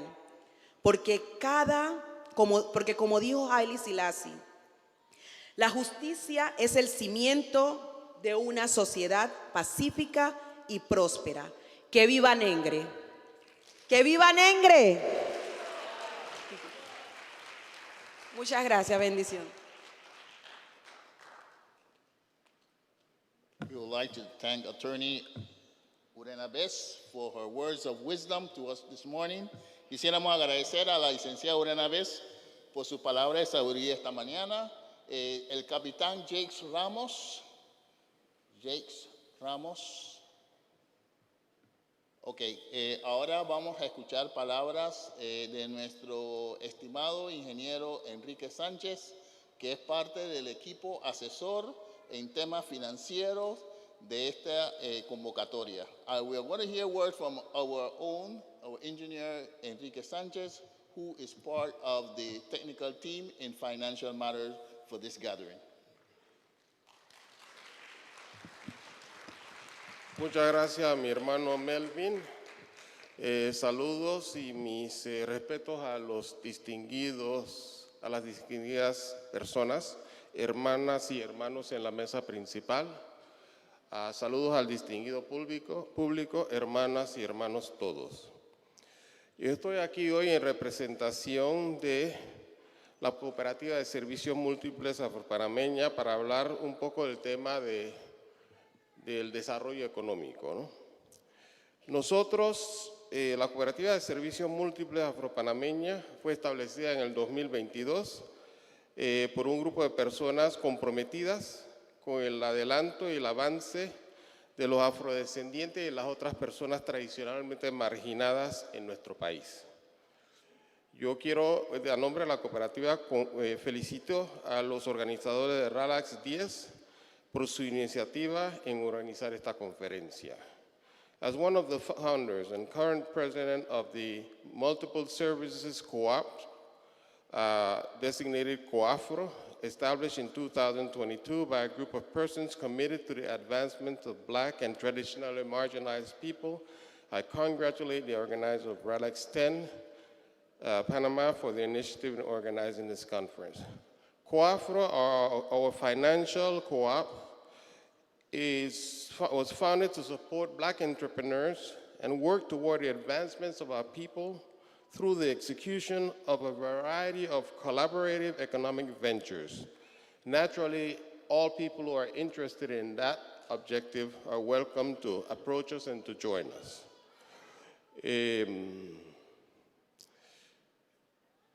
We welcome the efforts of the organizers of RALAK and their interest in the restoration of the Black Star Shipping Company, founded by the Honorable Marcus Mosiah Garvey, and pledge to cooperate with these efforts within our capabilities. Estamos muy contentos con los esfuerzos de la organización, los organizadores de RALAK 10 y su interés en la restauración de la línea naviera Black Star Shipping Company, fundado por el honorable Marcus Mosiah Garvey, and pledge to bueno, estoy entre inglés y español. Y nos comprometemos a cooperar con ese esfuerzo dentro de nuestra capacidad. In summary, COAFRO stands ready and willing to cooperate with our brothers and sisters in the African diaspora in order to advance the collective interests of our people. En resumen, COAFRO, nuestra cooperativa de servicios múltiples, se encuentra lista y deseosa de colaborar con nuestras hermanas y nuestros hermanos en la diáspora africana a fin de adelantar el interés colectivo económico de nuestra gente. Gracias, Melvin.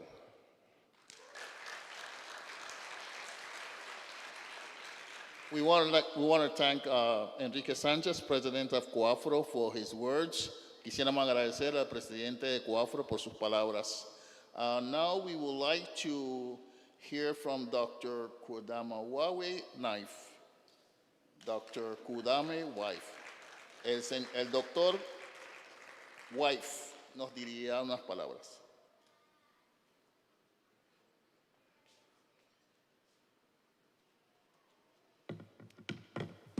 Yes, greetings, loving the society, Rastafari I live. You know, in 1914, 3 major things were happening in the globe. World War I was about to start. That's the first European war. The Panama Canal was opening. Second major thing, which also linked to the war.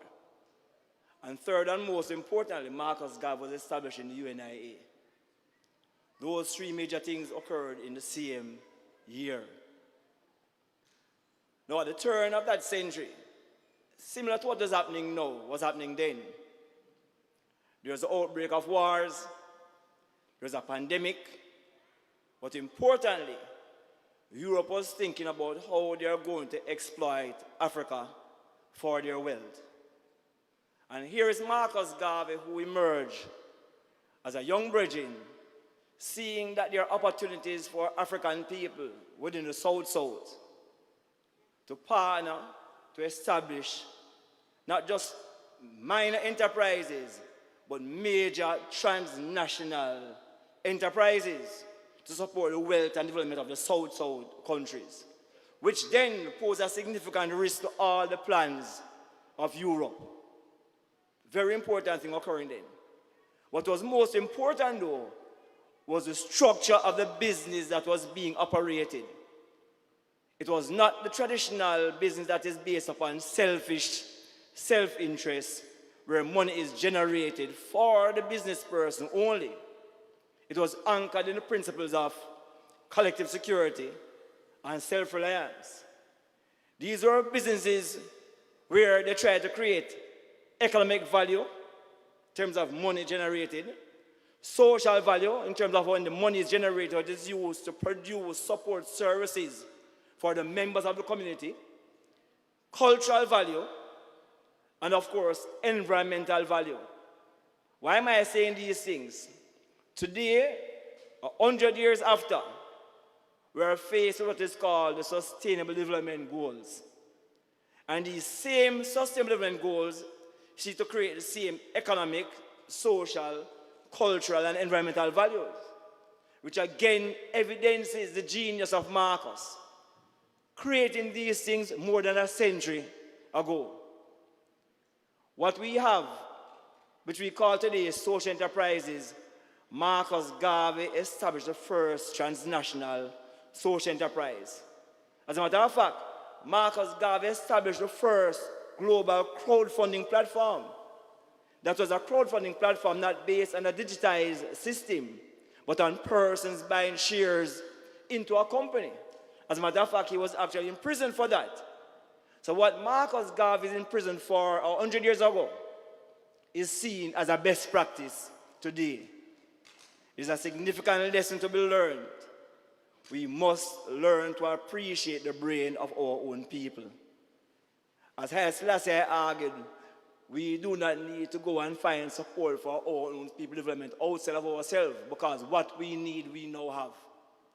100 years ago, Marcus didn't have all these resources in terms of the human resources and the networking that we have today, which means we are in a position to learn from that model, improve upon that model, and let the model become even more successful. It is a major opportunity for us as people of the South to come together, to work together, to do what must be done. But it requires having the right faces in the right places.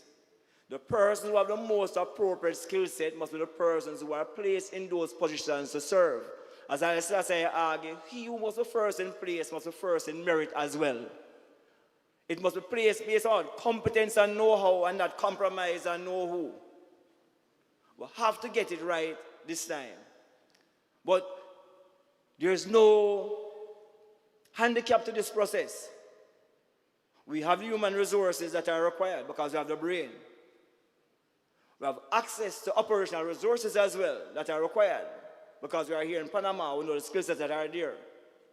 We have access to marketing resources in terms of communication. Marcus didn't have the internet, didn't have a cell phone, but he was able to mobilize more than 4 million persons. Today we have all these electronic devices and platforms that can aid us in the mobilization. The challenge might be the access to the financial resources, but each person can contribute. Importantly, this is also a part of major development interests of international partners and countries. Today we have persons from different spaces across the globe in the same conference. From the two southern spaces, from the Caribbean, from Central America, from Africa. It means that we have the network. The question is, do we have the will? Do we have the will? I'm arguing, if we approach what we are doing, just as our Marcus Garvey argued about confidence, where he argued that without confidence, you are twice defeated in the race of life. But with confidence, we have won even before we have started. If we move with the kind of confidence that we need to move with, if we employ the kind of skill sets that we need to employ, we should be successful in all that we seek to do. More life, more joy and prosperity. Haile Selassie continually. Give thanks.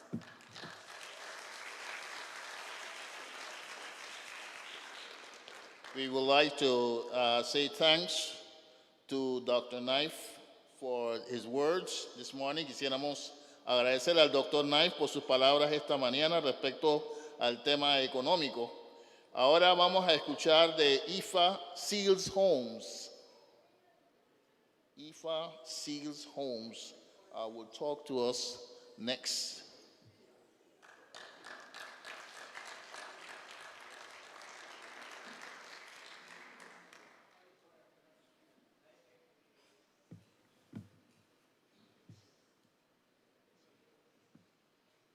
Greetings.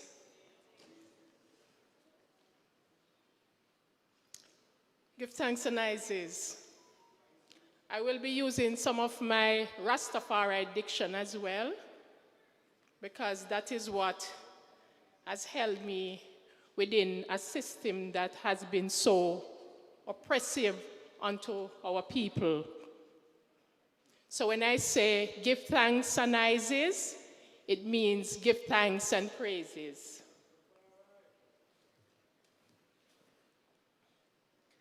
I'm a kind of unorthodox person, so I work with my irids, and the word irids means spirit in English. So, pleasant greetings to all. While I recognize all protocol, I want to give esteemed recognition to the Crown of Ethiopia, because that is the platform from which I and I stand as a people today, humanity.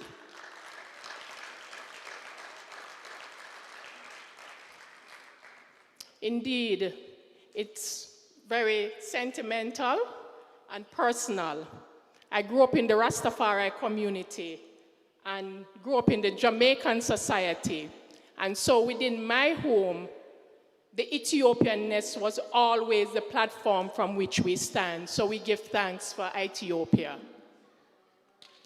We give thanks for the philosophy and teaching of Haile Selassie I, which he has been the vanguard that has sustained Ionai's strength and recognized continually Ionai's sovereignty and indigenous rights. I bring greetings from the North Carolina Rastafari Union.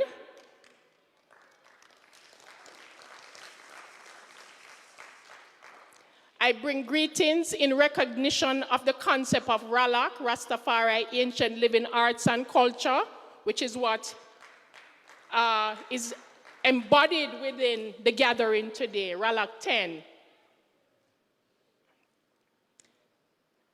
I bring greetings in the irids, the spirit, and the concept of the Ethiopian World Federation Incorporated.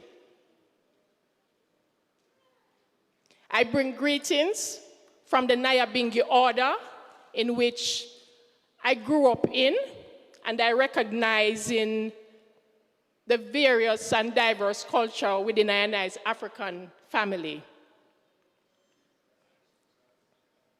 I bring greetings from the general Rastafari community. Give thanks.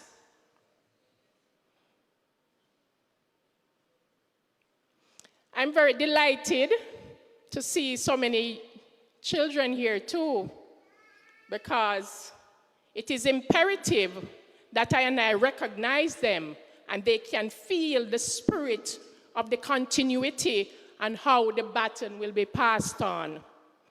Their Majesty Haile Selassie I said, "Discipline of the mind is the basic ingredient of genuine morality and therefore of heretical strength, of our spiritual strength."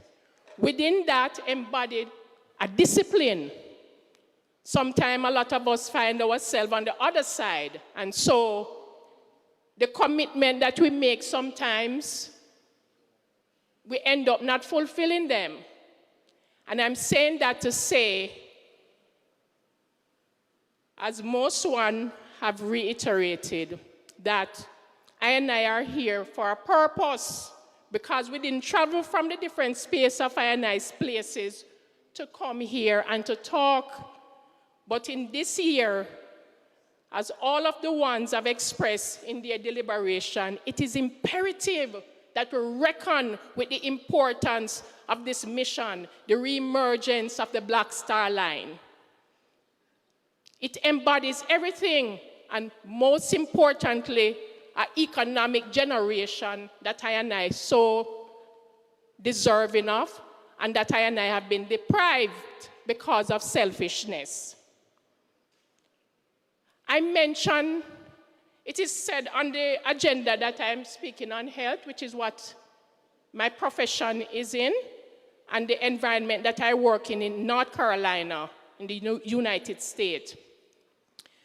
And so, it's from my perspective, and the journey is personal, but it's also reckoning with the collectiveness of I and I's people, that I'm looking at healthcare from a bio, psycho, social perspective. It embodies everything, And it's important that we try to cultivate that discipline of the mind in order for I and I to be more effective and more efficient in the responsibility that I and I are committing I and I self to, and the responsibility that is being entrusted to I and I. I wouldn't want I and I to leave here, us to leave here. As I said, I'm using some of my Rastafari diction. Like the ital livity, it's vital. Either standing is understanding, because we always want to elevate I and I self wherever I and I go, because everywhere we go, there are a sense of oppression. I wouldn't want I and I to leave here today and not coming out with a one voice, a recognition of the purpose why I and I are meeting here. And I'm calling on the resourcefulness of ourselves to ensure that I and I trod out of here in this January 7th, which is so symbolic to I and I's culture, I and I's tradition, reckoning with the Ethiopian Nativity Day. A mandate that will specifically identify how I and I will be moving forward with this mission. It's not an easy task, and it's easier said than done. Sometimes I don't even have a clue how it works. But I galvanize on my brethren, my sister, and my family, the foundation of our Africanness, in galvanizing that strength that has enabled I and I to be standing here today. So, the healthiness of our mind, our thoughts, is very crucial at this time. We can't go into this mission here with no ill-prepared minds, because the foods that they give us is a distraction. The continued systematic oppression is a distraction, and it affects our health, our mental ability to function. So I and I need to identify this in order to address them in its wholesomeness. It's very important, because we can say all these things, but if our minds are not in a healthy state, we're not going to be able to fulfill the responsibility at hand. And so you look at the biological self, you look at the psychological self, which is the iris, the spirit, and the environmental self, the environment that we seated in, how we treat each other. There's a concept that says, love ye one to another, for he that loveth is of Jah. For Jah is love, and Jah know the love of Jah. It's beautiful to stay on the healthier side, the right side, the side that we call righteous. It is better for our brain, our psychological and our biological self. A lot of that is not happening. So while I and I are speaking and expounding upon this initiative, let I and I intentionally look at our health and to recognize the challenges that I and I are experiencing, and how I and I can utilize the resources, the natural resources, agriculture. Haile Selassie I said agriculture is a sacred task. It is the backbone and growth of any nation. So I'm saying that to say, in the front of my lawn, I have transformed it into a garden where I can walk out there each day and I can get pounds of carrots and pounds of beets and those kind. That's what sustained my life. Otherwise, probably I'll be going haywire. So we utilize it, no matter how small it is, utilize the spaces, utilize our herbs, our fruits, the natural environment around I and I. And so I'm just reminding ourselves that that is the platform I need to stand on in order for I to initiate and to move forward with this great and awesome mission in front of I. The re-emergence of the Black Star Liner is crucial. And as I say, we must leave here with a mandate that is clear, that ones will have a clear understanding, a clear understanding of what it is that I will be moving towards the next step. RALAK is an initiative of the North Carolina Rastafari Union. And I'm so delighted today to have it being represented here in Central America, here in Panama. My daughter, my youngest daughter, she was born here, so we have roots everywhere. Everywhere we have roots. So we give thanks for that. The RALAK means Rastafari, Ancient Living Art and Culture. It was created to dispel the misrepresentation of Rastafari, because in many instances, the livity of Rastafari is misrepresented. And it's a part of the wholesomeness of I&I's African family. And so there needs to be a bridging of the gap that would say we are Pan-African and we are Rastafari, but it's one family, it's one initiative. And the unification of our people is so paramount at this time. And so this is a part of it. It's stages. And so we will ensure, and we must ensure, that this mission is fulfilled. And so I'm giving thanks that we have the Crown of Ethiopia here. We also know that we have the recognition of Marcus Garvey, his family, Dr. Julius Garvey. We have the recognition of Kwame Nkrumah, his daughter, who I'm sure is listening right at this moment, and I've also sent her endorsement to this initiative. So I'm saying no, it's a trinity.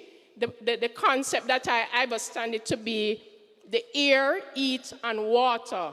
So we got to gel them and consolidate them and make it work accordingly. So I give thanks and Isis.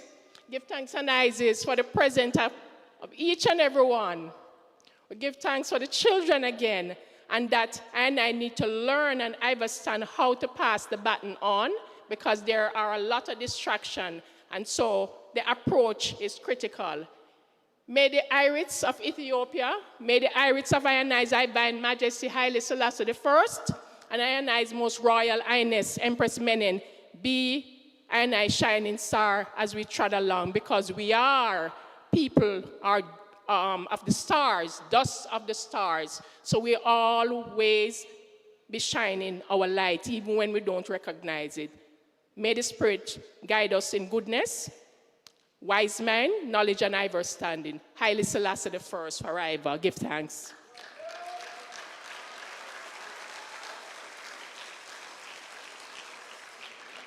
We want to thank Ifeija Seals Holmes for her words of wisdom. Quisiéramos agradecer las palabras de sabiduría de Ifeija Seals Holmes. El co-presidente de esta reunión me acaba de decir que hay un tema de tiempo. The co-chair has just alerted me to the fact that there's an issue of time. So I'm going to ask our participants to be short in respect to the agreement that we have with the House. And then we will announce the co-presidents of the event, and we will ask our dear Prince to give us some words. So we are going to call and Hai Sanusi Tautau Haramanuba. Hai Sanusi Tautau Haramanuba.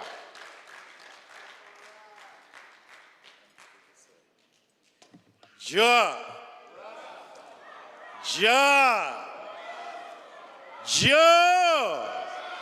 Haile Selassie the first. Give thanks. Greetings. I greet you all in the name of our Divine Majesty Emperor Haile Selassie I and Her Majesty Empress Menen.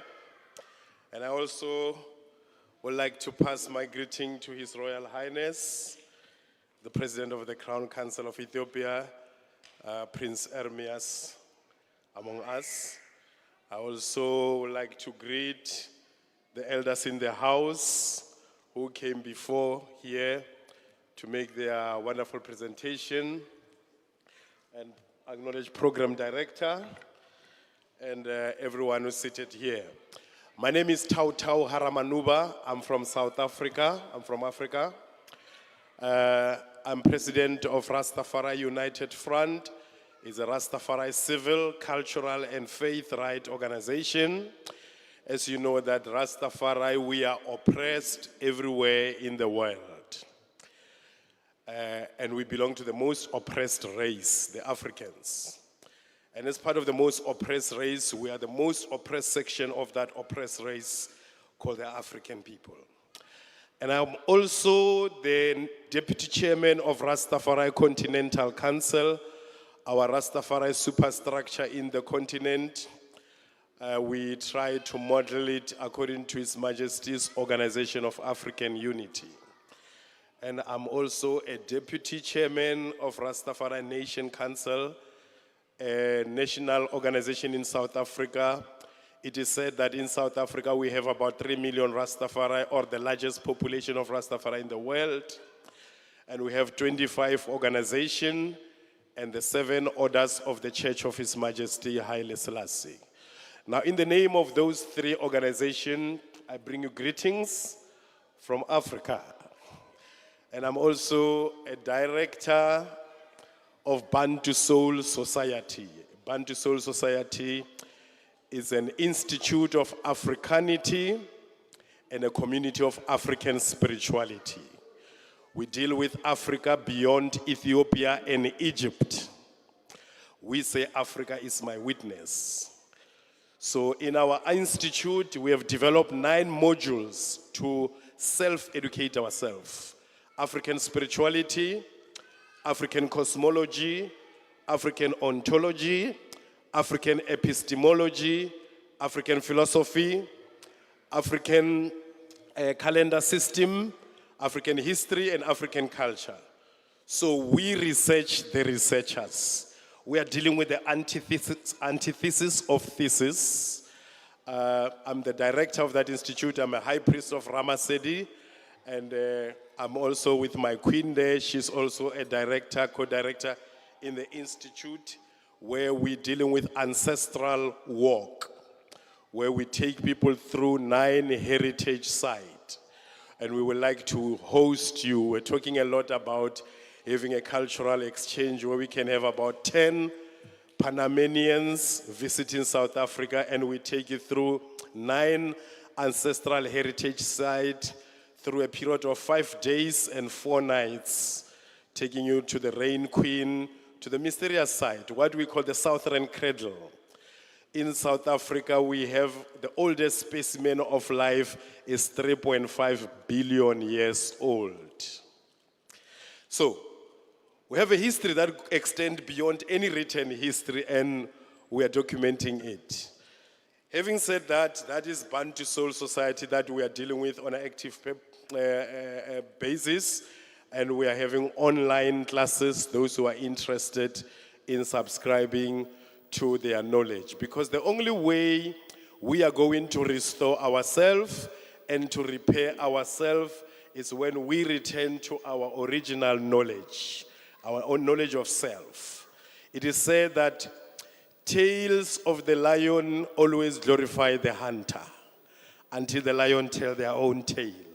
So it is his story, not our story. So we have our story, and we tell it in the most indigenous way that we can, considering that there is no direct translation from any African languages to the European language that I'm trying my best to express myself here with, which is not my first language, second language, third language, not even the 9th language, because I speak all the 9 languages of my country, and then Swahili, and Tinish Amarinya, and I do some chanting in Ge'ez.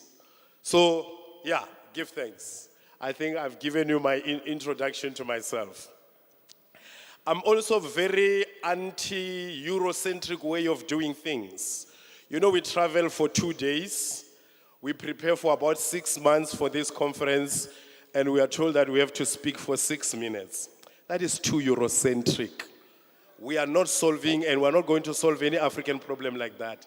The Europeans gathered at Berlin for 3 months and 15 days. And we want to undo the 3 months and 15 days legacy in 6 minutes. We really need to change strategy. How we are doing things is not going to take us forward. I'm requested to speak on the issue of human rights. I told you one of the organizations I deal with, it is about civil rights, cultural rights, and the faith rights of the Rastafari. But human rights are, Rastafari rights are human rights. In Rastafari, we say what is good for Rastafari is good for Africa. And what is good for Africa is good for humanity. So we are part of, as Rastafari as we are part of the whole African race. A race that is oppressed from here to the moon and you come back everywhere you go. And we are facing serious human rights violation. Just yesterday, we were taken through the park and we read the monument. We saw so much, we saw documentation of so much human rights violations that took place in Panama among the African people of Panama who were brought here. And then when you look at that, one of the biggest challenges we have, because it's the only home for the African is in Africa. Now, in Africa, we are waging a struggle whereby we are fighting to be Africans in Africa, among Africans. The people who are debating with us about our Africanness is our African people. You see how I'm dressed? It's African, but it's a mystery. Every time people will be looking at me, it's like, and then, what dress is that? It's African. It's the entire continent. It's Kemet, it's Mali, it's everywhere. It's Africa. It's the whole continent. Because that is Rastafari, the totality of all that is Africa. Pan-Africanism, black consciousness, African nationalism, Ethiopianism, all put together, you arrive at Rastafari.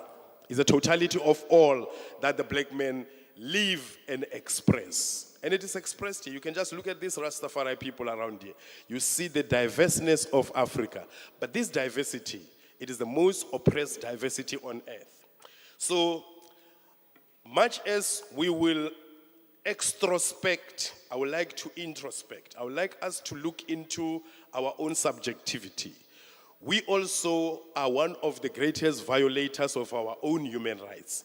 First, as the Rastafari, among ourselves, with all these many groups of us, we discriminate against one another. We violate one another's rights. We easily say, if I don't agree with you, he's a sellout. He's a CIA, and I don't have to provide evidence. Now, those we are impinging on our personalities, a malicious damage of one's character. So we need to understand that there is no way where our own enemy, which we call Babylon, is going to respect us if we don't respect ourselves. It's nothing much about what the enemy does to us. It's more about what we are doing to one another. In all levels of our African society, there is an oppression between the mother-in-law and the daughter-in-law, the housewife and the maid, the lady called the maid. We have these classes that we adopted them from the Europeans, which all of these classes, we use them to oppress one another and to infringe on the rights of one another. Now we need to understand that as long as we ourselves, we are a model of self-oppression. I speak to a lot of white people. We talk about apartheid system that happened in South Africa. And whenever they want to justify themselves, they say, but yeah, we find you also discriminating one another. Shaka Zulu is the greatest warrior. Probably one of the two heroes that the white men love the most, Shaka and Mandela. But we have some serious heroes. Do you know that there is a man who stayed in Robben Island longer than Nelson Mandela? His name he's a Pan-Africanist. He's from the Pan-Africanist Congress of Azania. His name is Jeff Masemola. He stayed the entire 30 years. Mandela stayed for 18 years, and then he was moved to Paulsmoor prison, and then Victor Verster prison, where he was basically in a house. Right? You know that Shaka Zulu is the greatest military genius. but he never killed even a single white man. So how did he become a military genius? By killing his own people, right? So these are the things that are pointed out, that you also killed one another. You also oppressed one another, or you also are oppressing one another. Now we need to decrease oppression on ourselves. If we are expecting to have oppression be decreased on us by the outsiders. We do not have a black superpower. We do not have a state in Africa that you can call it a black state. We don't have that. All African states, if you're going to ask them for one, what is your state religion? It's not even any of the indigenous religions of the continent. It's either one of the religions that came with the missionary, Christian missionary soldiers, or Islamic jihadists. But you don't get indigenous belief systems. You don't get indigenous economic system. You don't get indigenous political system. You don't get indigenous value system. Not even the calendar we use is our own. How we reckon time and space is still foreign to us. Now, again, is because we also allow expression to these things. We have confused being civilized with being Europeanized. So we are becoming the poor imitation of the European, and then we doing the same oppression that the European apply on us, we apply on one another. Now we need to understand that conceptual clarity, like charity, begins at home. We're talking about Marcus Garvey now. We're at the Panama, we're at the canal, next to the canal. There is a history between South Africa, Kimberley, the biggest hole, and Cologne, another big hole, right? Or the Panama Canal. So they share common history that goes all the way into Rastafari movement. Now, this twin history, one of the things we talk about when you talk of Marcus Garvey, we talk of repatriation and reparation. But let me begin with the first one, repatriation. There is no single state in Africa that speaks about repatriation. We're basically dealing with migration and immigration issues. We have a large group of repatriates in South Africa, the elders from Jamaica who came in there from 2017, 2018, 2019. Some of them, they even pass without being given a citizenship in the continent of their origin. They don't even have citizenship. Every 5 years, they have to renew their papers. Some of them, every 7 days, they must cross the border and come back and stamp their passport. There is no repatriation yet. Yet we talk of Marcus Garvey. Marcus Garvey, his Black Star Liner ship, one of the purpose was to carry African people from the West and return them to Africa. But with a warning, he said, my aim is not to take all black people to Africa because some of you are useless here and you're going to be useless there. So, it was a very clear mission that it is to take people who are going to rebuild the continent. Transatlantic slave trade is not our history. It interrupted our history, our civilization, our development, and our progress. So for us to catch up, we have to repatriate skillful Africans to Africa.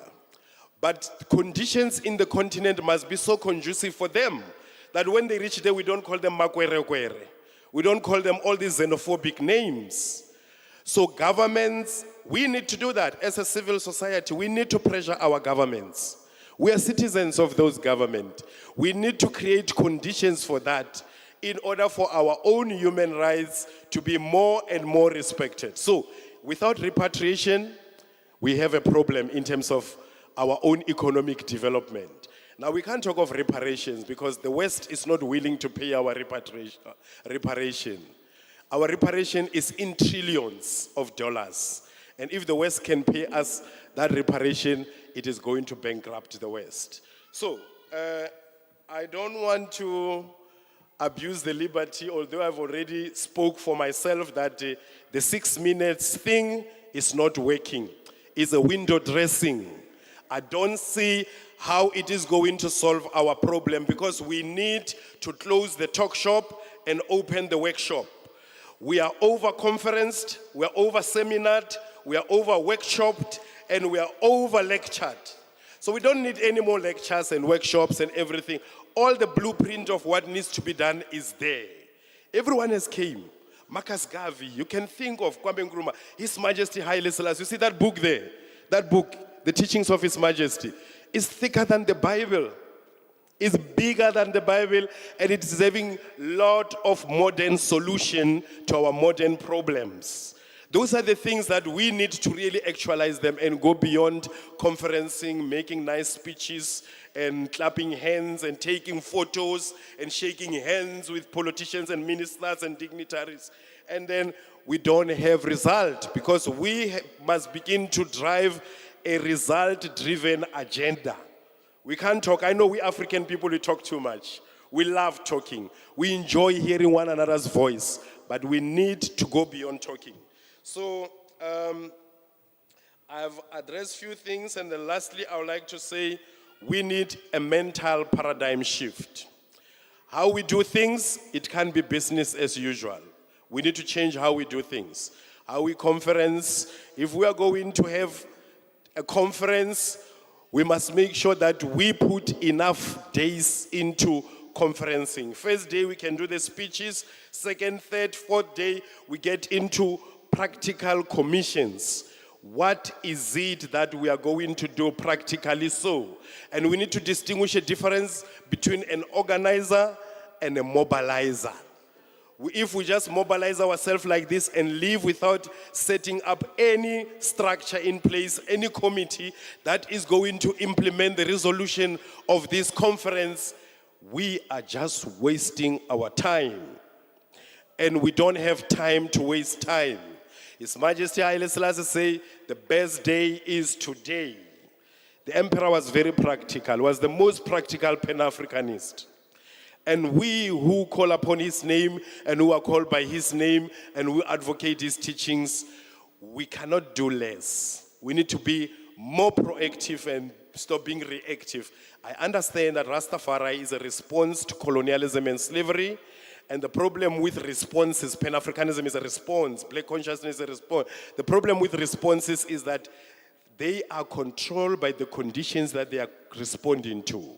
So, I'm going to say Isoletu, and then you say Africa. Isoletu. Isoletu. It means our land, and then you say Africa. Isoletu. Isoletu. And then I say Amandla. You say Awetu. Amandla. Amandla. Amandla. Viva RALAK 10, viva! Yes, we need to return Rastafari movement to its foundation, which is a revolutionary movement than a religious movement. We're praying too much. We have served God too much. It's time for God to serve us. Give thanks.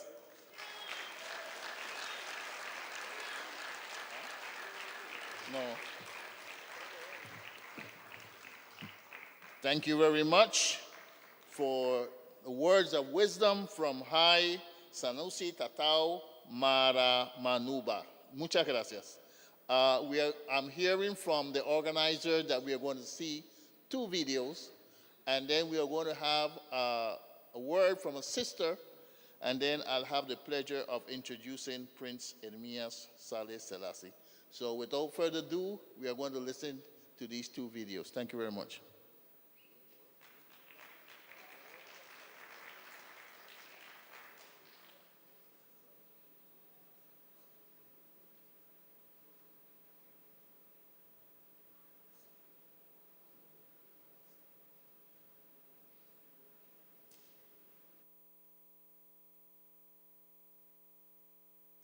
Dear Isaiah, emancipate yourself from mental slavery. Chris Blankson, greetings to everyone out there. I fully support the Black Star Line concept and the Black Star Line ship that's coming up. From here, our ancestors were moved out in loads on ships that were taken into the Caribbean, the Americas, and the West Indies to work on the plantations and the mines. We're coming back in great folds to take charge of our destiny and our people. We work together as a group, as a family. Together, we rebuild Africa. and make it blessed for black people. Welcome home, everyone. Welcome home, Africans. Welcome home, diaspora world. Welcome home, every black man. Cheers.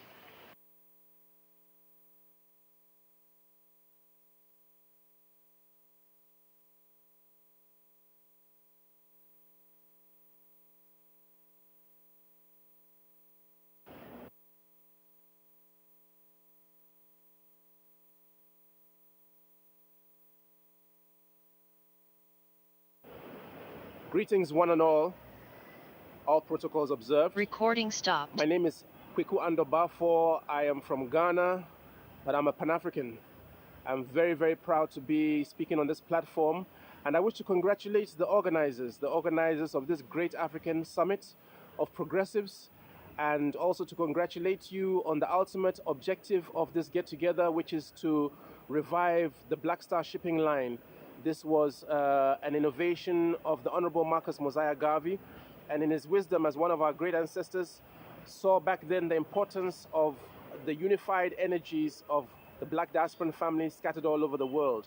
And so I'm very sure that such a congregation that has come together today, involving the likes of his own son, Dr. Julius Garvey, as well as the grandson of His Imperial Majesty Emperor Haile Selassie, in the person of His Highness Prince Ermia Selassie, the daughter of Osajifo Dr. Kwame Nkrumah, Madame Samia Nkrumah, our paramount chief of the Esekado traditional area in Ghana, Nana Kobna Nketia VI, as well as other very, very respected dignitaries. I know that this convergence of positive energies is going to have a great result, and we look forward ever to the Black Star Line Shipping Company sailing the waters of the world again. Long live Ghana, long live Africa. Thank you very much. Recording in progress.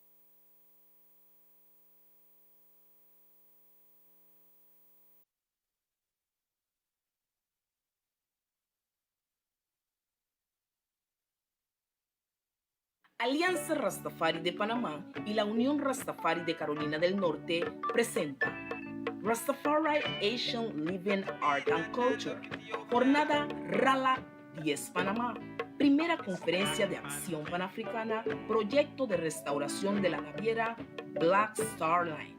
Apertura domingo 7 de enero, lugar Amador, Ciudad de Panamá. Parlamento Latinoamericano y Caribeño. Hora 9 a.m. a 12 mediodía. Continuando con Cultural Expression, Melkan Guna, Natividad de Etiopía, concierto panafricano. Lugar, Cancha Deportiva de Nueva Gorgona. Participando dentro del cierre oficial del Decenio Internacional de los Afrodescendientes 2015-2024 con su lema Afrodescendientes, Reconocimiento, Justicia, Desarrollo, aprobado mediante la Asamblea General de la Organización de Naciones Unidas a través de la Resolución 68-237, parte de la Agenda 2030 de Naciones Unidas, así como la representación Rastafari del Alto Comisionado de la Unión Africana de la Sexta Región de la Diáspora Africana.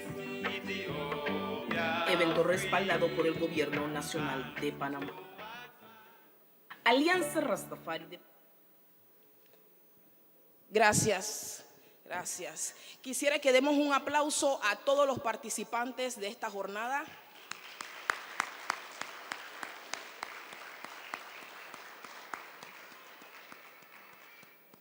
En este momento quisiera presentar al presidente de la organización fundada por Su Majestad Imperial, el emperador Haile Selassie, en su visita a Estados Unidos, a Nueva York, Ethiopia World Federation Incorporated, el honorable presidente James W. Winburn, directo desde nuestra señal internacional satélite de Zoom. In this moment, I present the president of the Ethiopia World Federation Incorporated, the international president, Dr. James W. Winburn. Greetings, everyone.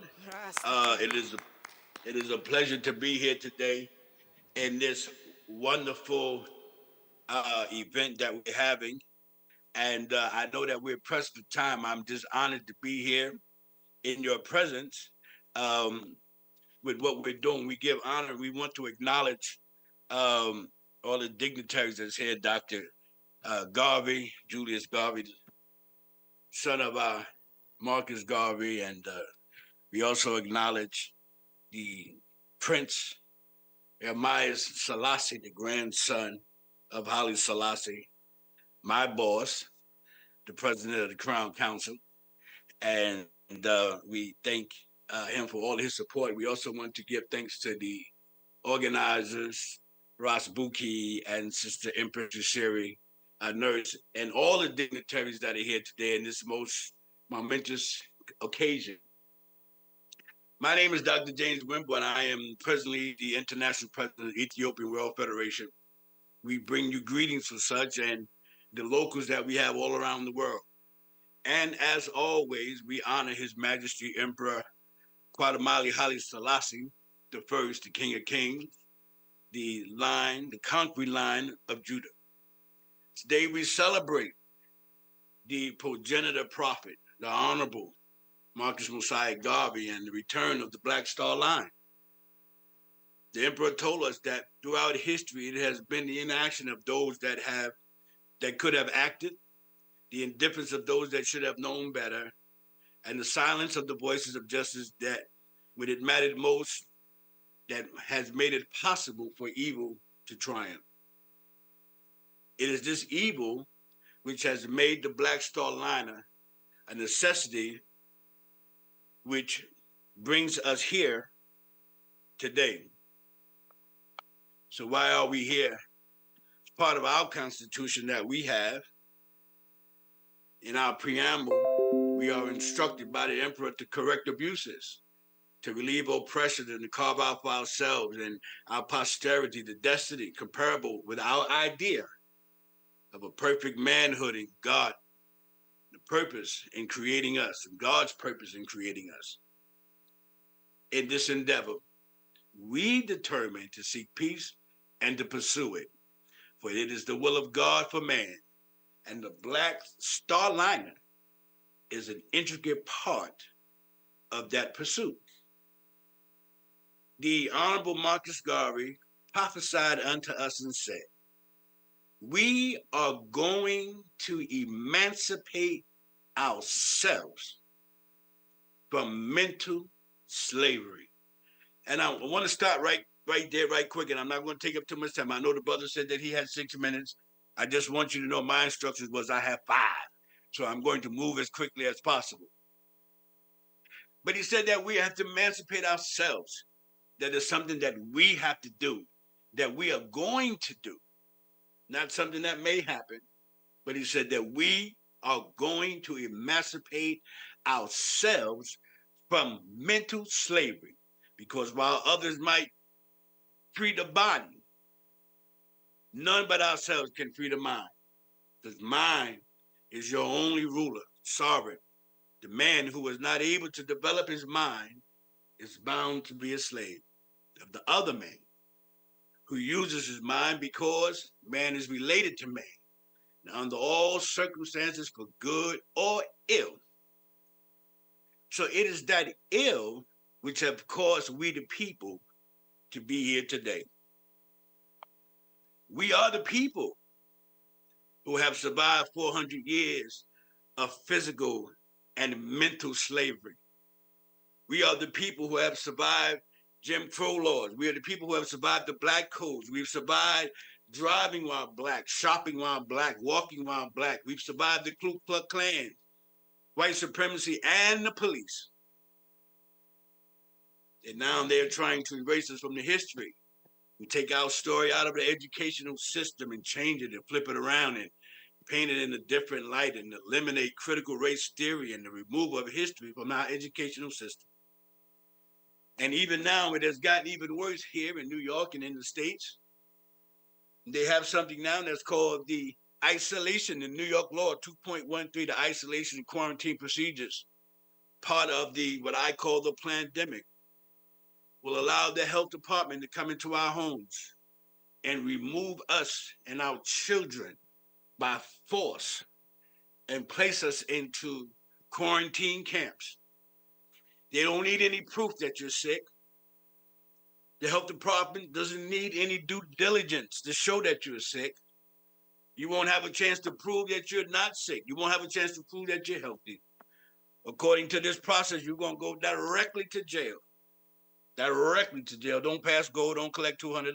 There's no get out of jail free card. This is what's coming down the pipe. And it makes us realize why it is so important that we put back into place instruments such as the Black Star Line. They are killing our men in the street and our women and children in the hospitals. And even as we speak, the mystery of iniquity has our black sisters dying in these hospitals at 3 times the rate of the white women. But I say unto you, just give it a little bit more time, that there's a ship on its way. As we speak, the mystery of iniquity has have a black man being forced out of his car and told to shut up. Don't ask any questions. Just get on the ground. Do what I say. But I say to you, hold on, there's a ship coming. As we speak, the mystery of iniquity produces the sounds of clinking bars which clutter the airways of as the cage another black innocent man, somebody's father, somebody's brothers, an uncle, a nephew. And I say to you, keep your head up, because there's a ship on the way. Look for the star. As we speak, the mystery of iniquity has our babies being indoctrinated, psychologically manipulated and cultivated into wage slaves, working to make the rich richer. They are being brainwashed into believing that the transatlantic slave trade and the Middle Passage was like a free trip on the Carnival cruise to a new world where you just had to work to pay off the price of your free ticket. So where does that bring us, and where are we going? Every laborer is a father. His labor is his child. Choose your project carefully and achieve it worthily. Those are the words of our Emperor Haile Selassie.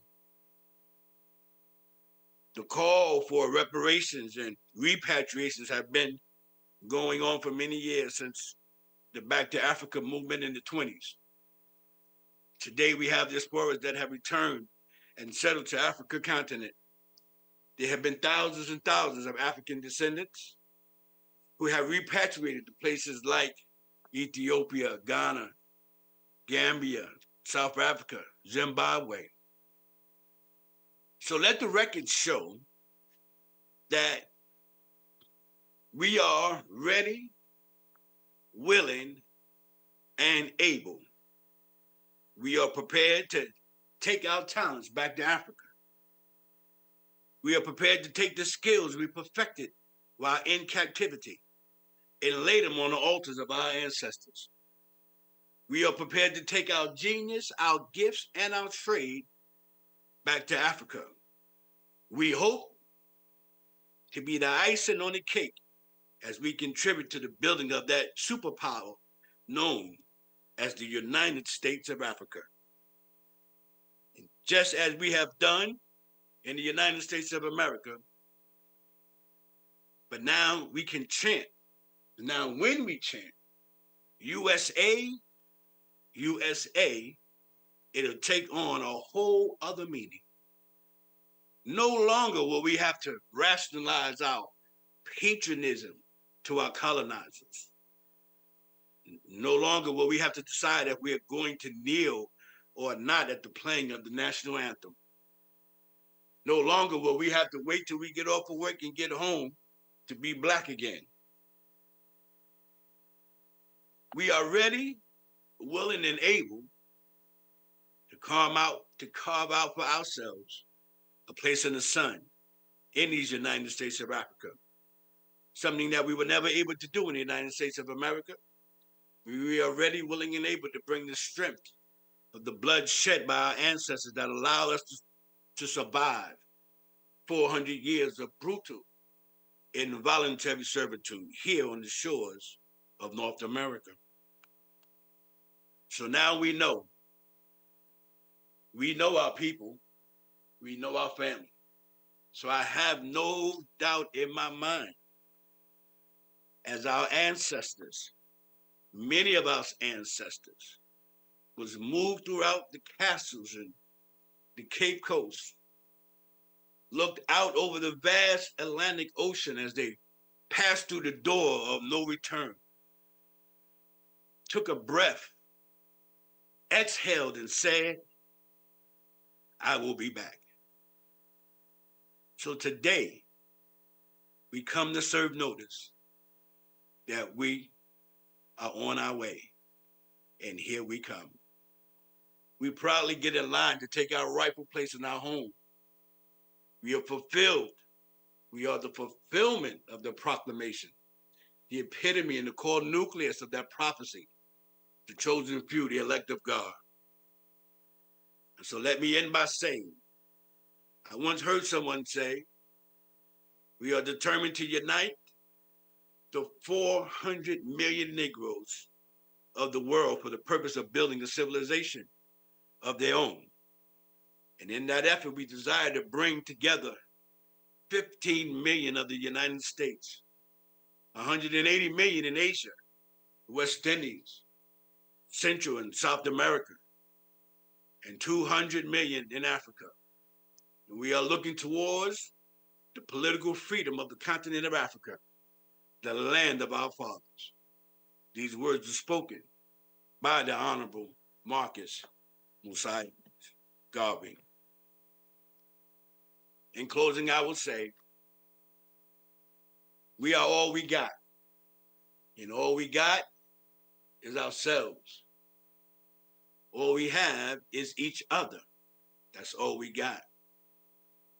But what we got is more than enough. And enough is enough. So look for the star, for the ship is coming. May God bless the efforts of the Black Star Liner. Thank you. And I turn it back over to the host. Give thanks.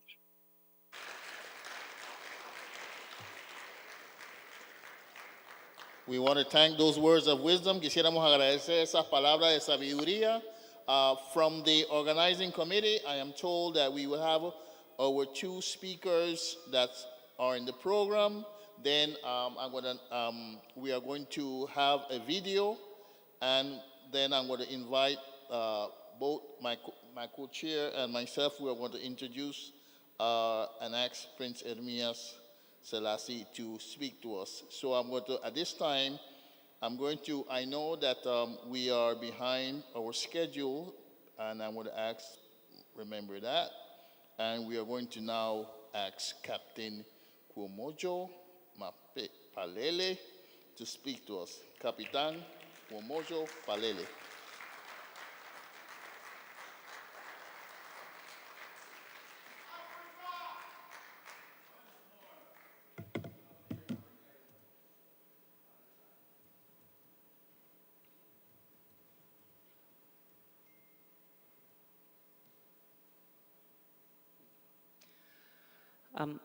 Thank you, Program Director. Greetings in the name of His Majesty and Her Majesty, the Emperor and the Empress. Now, before I greet the Royal Highness, I just would like to remind myself and also maybe perhaps introduce one of our customary practices as a South African from Limpopo. When we are in the presence of royalty, there is a specific way that we salute the royal monarch, and this is how we do it.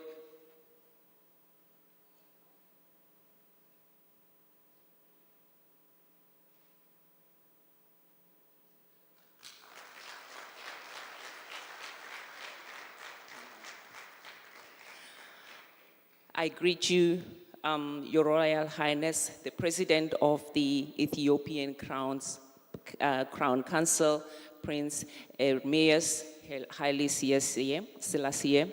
I also acknowledge the presence of the honorable ministers who had to continue to the other engagements. I also would like to send a very special greeting to the host, our elder Ras Sela.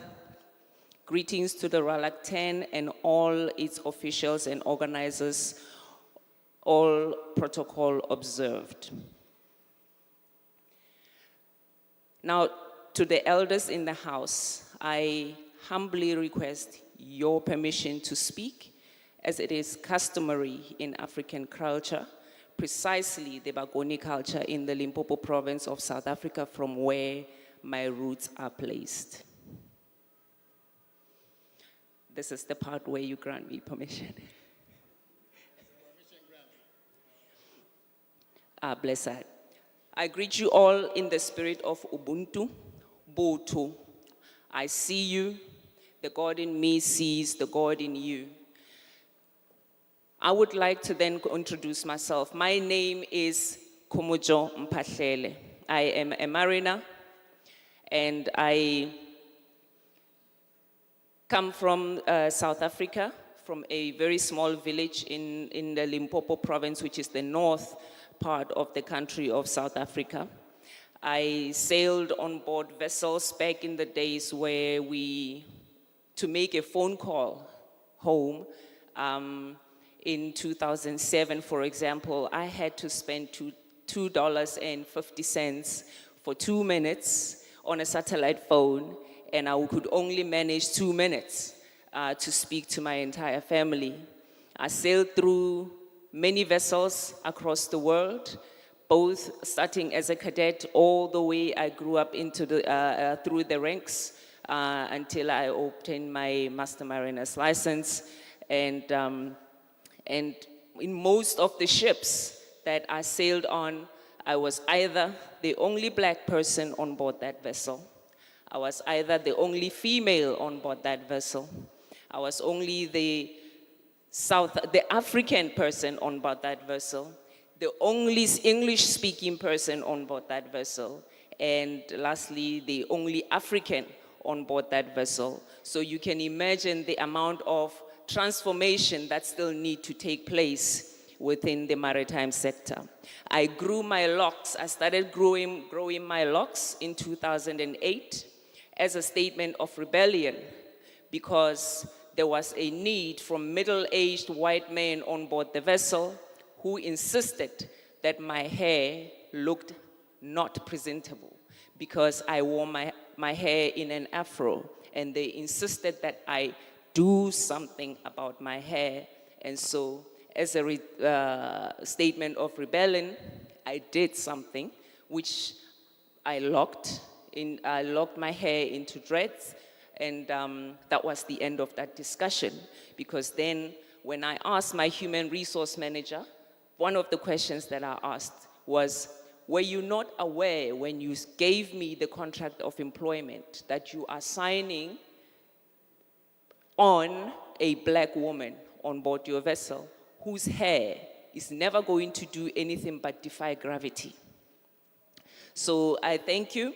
And today I'm going to present to you the paper on the Black Star Liner, the revitalization of a Pan-African shipping line, a maritime continental renaissance. In 1919, Pan-Africanist Marcus Garvey founded the Black Star Line shipping line as a response to the continued colonial restrictions imposed by the Western imperialists since the days of slavery. The shipping line began to face challenges with regards to alleged mismanagement, and there was also allegation of tax invasions, etc., among other accusations. And it must be noted that from time immemorial, the imperialist has made it his business to interfere in any Black or African initiative that seeks to change the lives of the African people. We've seen it throughout history as recent as current affairs, and there is a war happening in Congo, and that is a whole nother discussion that we can have for another day. The Black Star shipping line, of course, collapsed in 1922, and it took some 40 years later when Ghana gained her independence in 1957, where the government of Ghana founded and launched their national carrier, and they adopted the same name, the Black Star Line, which was inspired by Mr. Garvey in the years prior. The state-owned entity, the state-owned shipping line was to then secure a fair share of maritime trade between Africa, Europe, and other parts of the world. And the commodities for trade were machinery, cement, and other cargoes to Ghana, and exporting Ghanaian produce such as your cocoa beans, timber, coffee, and other produce to the world. Today, we gather here to revive the great spirit of Marcus Garvey and honor his memory by the resurrection of the Pan-African Black Star Liner. Brothers and sisters, here, we have our work cut out for us. However, we as Africans are determined to embark on this journey into our efforts to achieve total economic liberation. Central to achieving this noble act of courage is trade, maritime trade to be precise. And this practice has been embedded in our practices, of course. We are no strangers to trade, and for centuries, Africans have traded with other countries around the globe long before industrialization in the 18th century, and the industrialization of the West in the 19th century brought about the boom of international trade by sea transport. In addition, the flow of industrial goods from Europe to the rest of the world and raw materials from the rest of the world to Europe grew exponentially. Now, in the 50s, the 1950s, the volume of total trade export from all countries in the world was under $62 billion, US dollars, of course. And by 2009, that number rose by $90 billion, and today is sitting at about 28.5 trillion US dollars. And in other words, in the words of Finbar, and I'm going to quote somewhere from his article, he says, Africa has a lot of potentials to become the maritime hub, trade hub. And we are suggesting that if members of the African Union were to just halve their trade restrictions, that could lead to increase in our growth, our GDP on average within the African economy. So therefore, trade is a very powerful engine for economic growth and development. However, Africa's role in the global trade market has fundamentally been providing raw commodities in exchange for manufactured goods. It makes absolutely no sense that raw materials from the richest continent and the biggest continent in the world is extracted from the African soil, shipped to Europe, and be processed only to be sold back to the African continent at exorbitant cost. It is time for Africa to take control of its trade and investment initiatives. To achieve this, Africa must consider a notable private sector participation in manufacturing and processing value chain. With access to trade, Africa can change her socio-economic narrative and thus move away from imperialist system that seeks to disenfranchise the African people. It will take a village, an African village, to achieve this African dream, and this includes partnerships with all participants within the maritime and shipping value chain in order to develop a strategy to encourage intercontinental trade.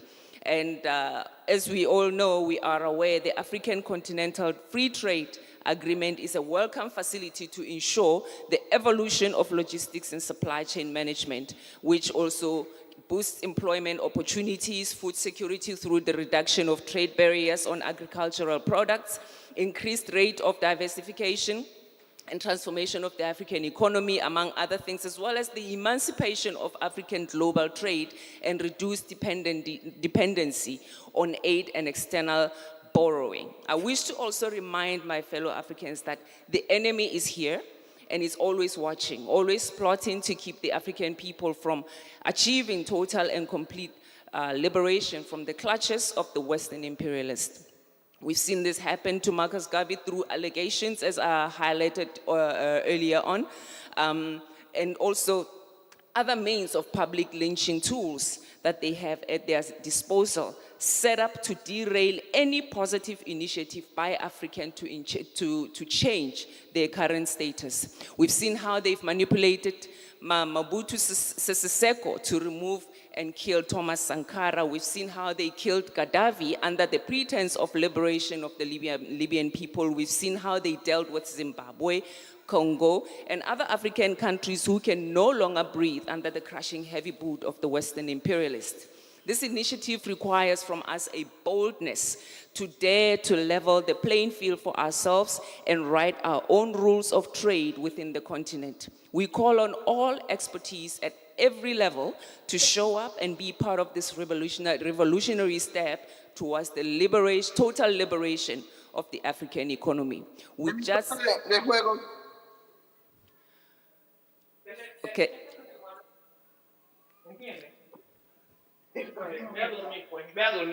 We're having two sessions.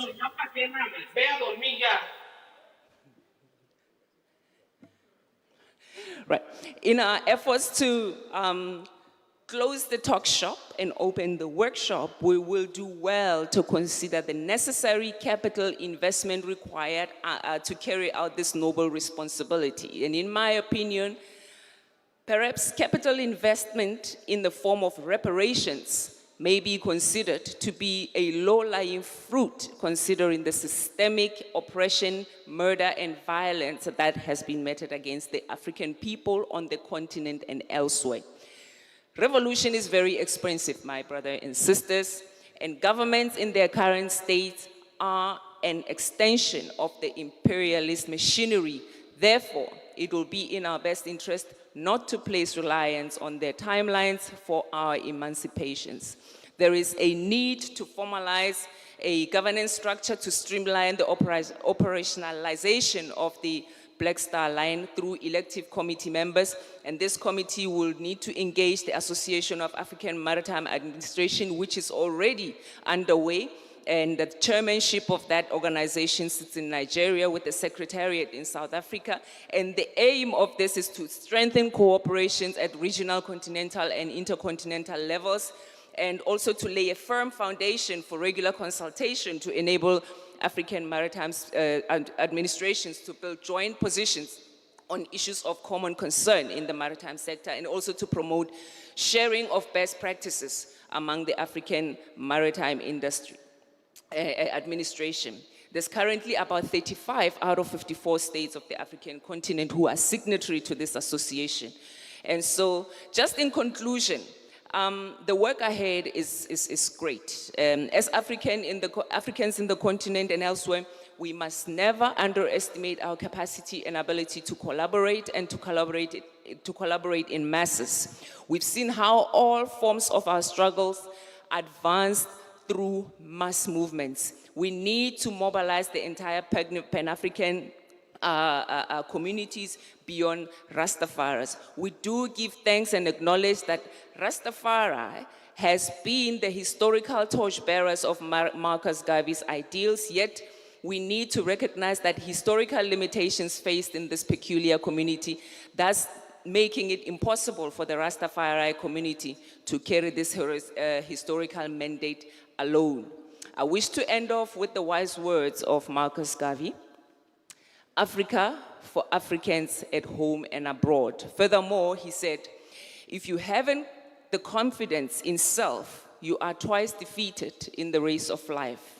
With confidence, you have won even before you have started. One God, one aim, one destiny.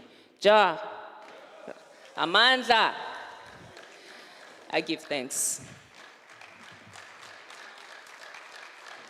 We want to thank Captain Mapele. Queremos dar las gracias a la Capitán Mapele. Ahora viene nuestra experta en relaciones internacionales, o expert in international relations.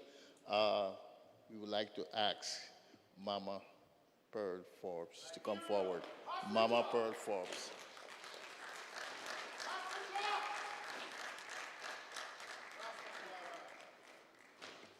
Greetings, everybody. How are you doing today?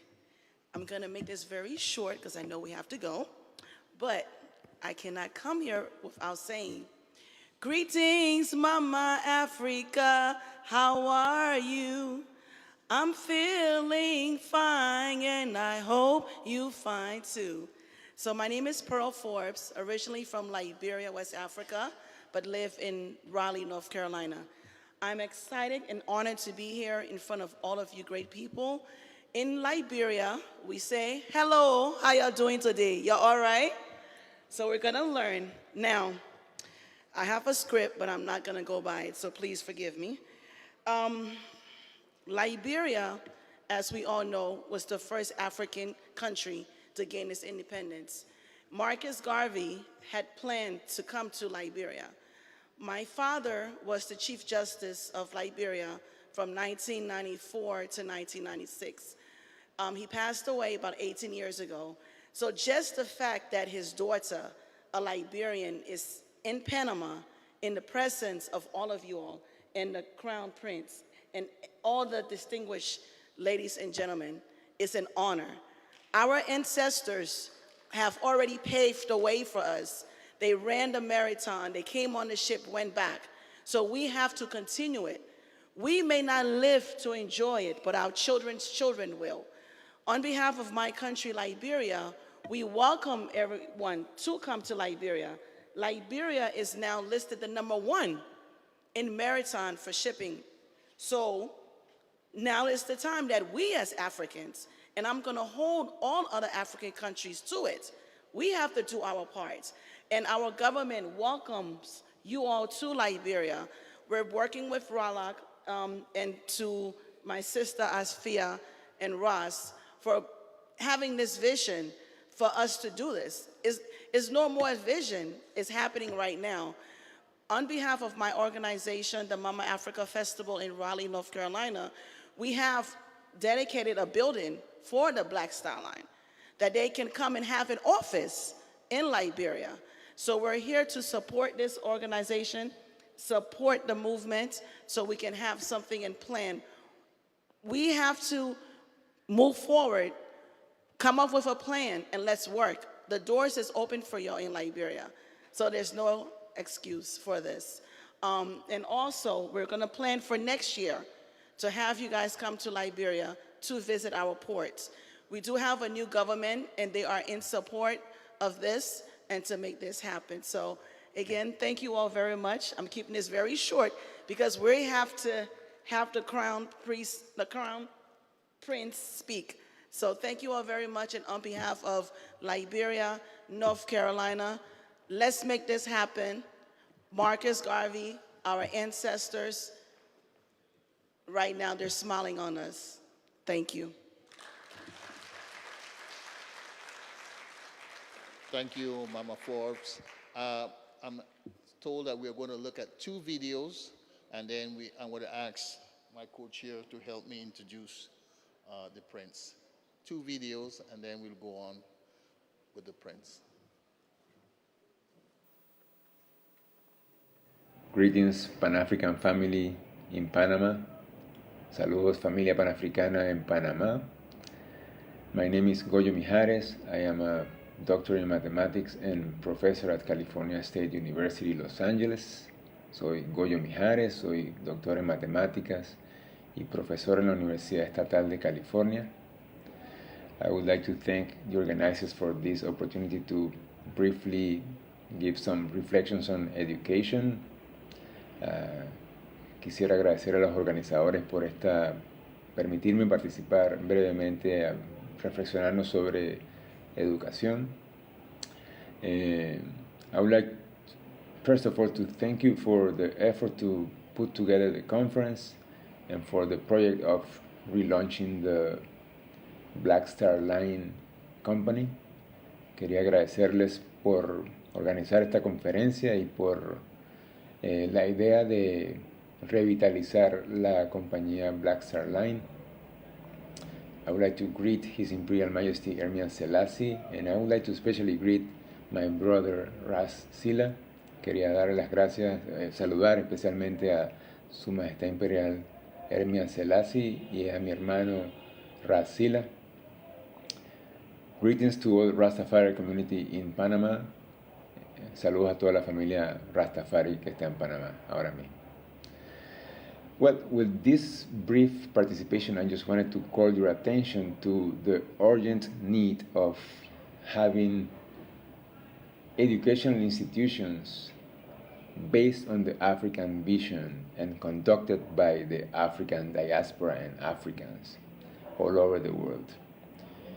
It is very important and crucial that we can give our own vision on education, science, and technology to the world, not only to foster and uplift our identity and sort of potentiate our education, but also because the world needs the African vision of education.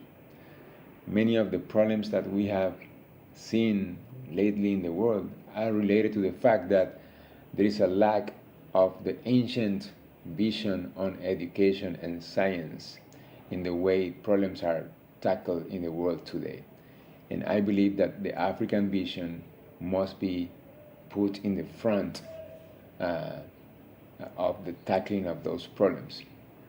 Decía en inglés que yo siento e invito a que nos demos cuenta de la necesidad de crear instituciones educacionales, tecnológicas y científicas basadas en la sabiduría ancestral africana, por supuesto que revitalizadas y actualizadas al día de hoy, no solo porque eso va a potenciar nuestra identidad y nuestro conocimiento y nuestra educación, sino porque además el mundo lo necesita. El mundo necesita la visión ancestral de la educación y de la ciencia, y muchos de los problemas que hoy en día vemos en el mundo precisamente ocurren por eso, porque esa visión ancestral basada en las raíces y en el entendimiento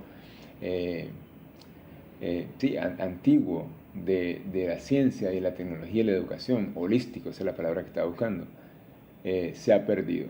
Y creo que los problemas que existen hoy nos dan una buena oportunidad para revitalizar esa visión y ofrecérsela al mundo. No solamente es cuestión de identidad, es cuestión de una necesidad vital de la humanidad. La visión africana es necesaria en la educación y en la ciencia.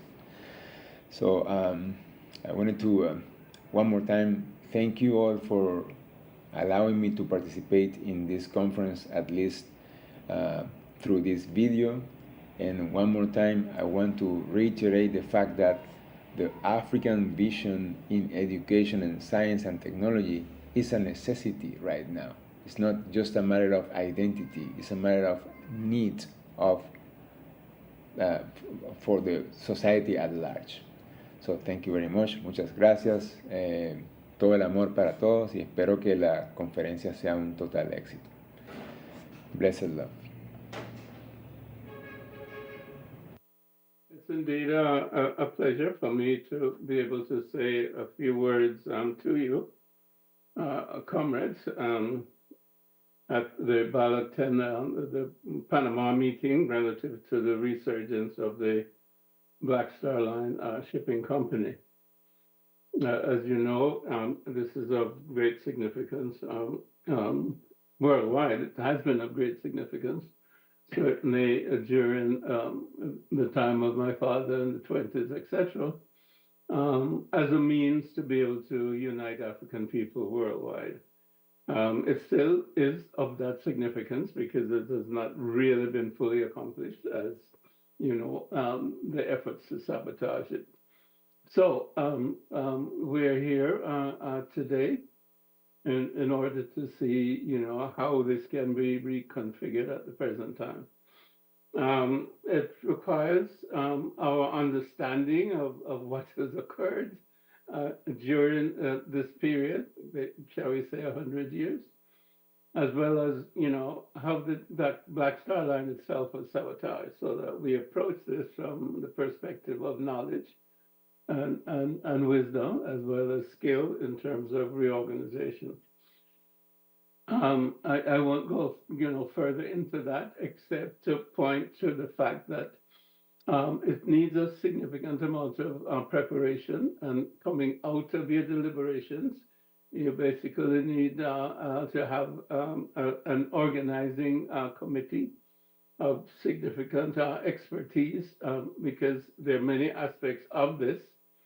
In some sense, I refer to the political aspect, because everything happens within a political aspect, because now we're talking about nation states, and we're talking about international trade and commerce, wherever it's international trade and commerce. So there is a political and international aspect to that. So the organizing committee has to consist of people who have a capacity in that area, as well as obviously the expertise in the whole shipping industry, the equipment, meaning the ships and the technology, the crew, the captains, the ports, the whole concept of cargo and people traveling, as well as insurance and so on.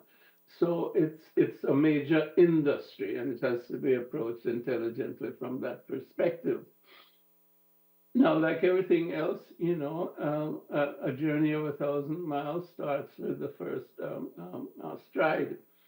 And we have to think in terms of the first stride, and not in terms of the complete journey. The complete journey may be transatlantic and may be worldwide in terms of a worldwide shipping company, but it has to start somewhere and with some group and with some effort that fits the capacity of the group.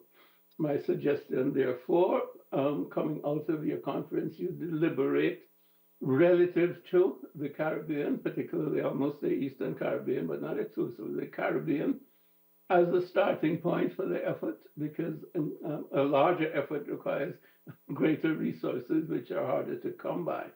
But one can start small and then expand.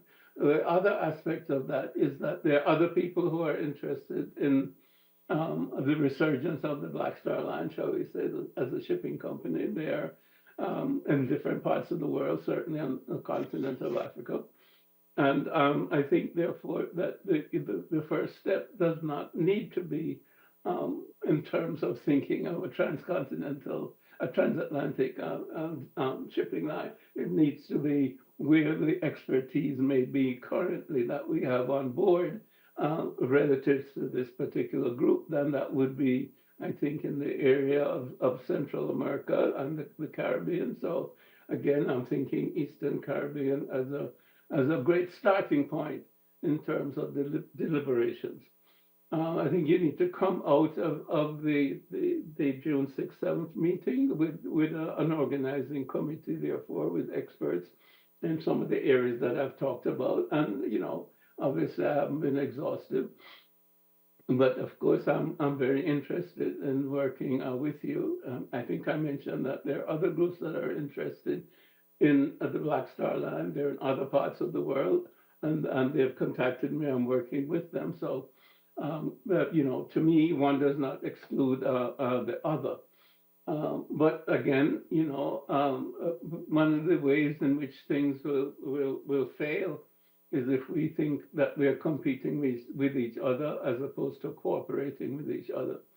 And I think the ethos of Marcus Garvey was cooperation, was unity in terms of Pan-African unity and the global diaspora, Africa for the Africans, those at home and those abroad. So we have to bring that forward, as well as we have to bring the concept of social entrepreneurship, so that what we're doing is not simply trying to create, a top-down hierarchy of people who then, with a particular investment, would make X amount of money and as shareholders at the top, and then, those at the bottom are not recompensed or have much less recompense, because, as you know, in the original, Black Star Line, etc., the number of shares were limited in terms of the hierarchy who are involved in the organization, etc., etc. So a lot of things have to be considered.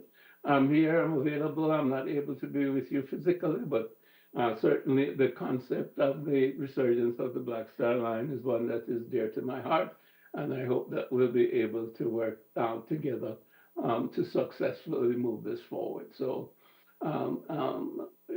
all the best with your deliberations, and I look forward to hearing the results and again, perhaps working with you as we go forward. Thank you so much. One God, one aim, one destiny. Peace and blessings.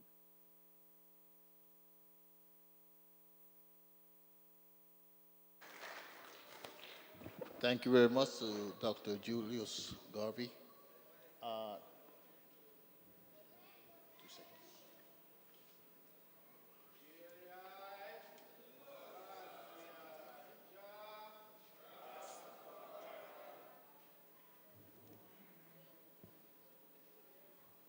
Seguimos adelante trabajando en acción en estos momentos en pro del futuro de la nación panafricana, en pro del futuro de toda la nación Rastafari. Quisiera en este momento hacer un reconocimiento especial a fundadores del movimiento Rastafari. Quisiera hacer una mención de reconocimiento a los fundadores de la organización Alianza Rastafari de Panamá que están presentes en esta primera conferencia de acción. Por favor, démosle un aplauso. Tenemos el elder Rasnini, tenemos el elder Raswala y esta mención especial, Rasnini, por la provincia de Colón.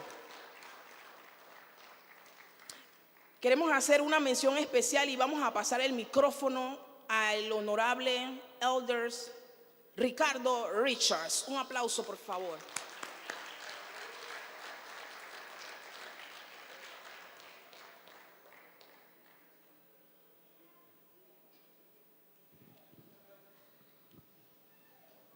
Sí.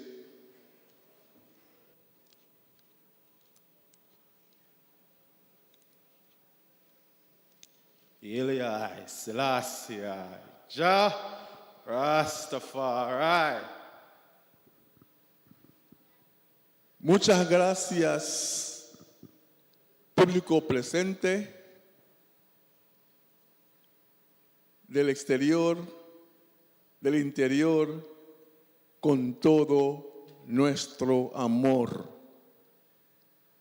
We are embarked on a great mission, and as long as we do not leave without the faith that's necessary to accomplish this mission, it will be realized.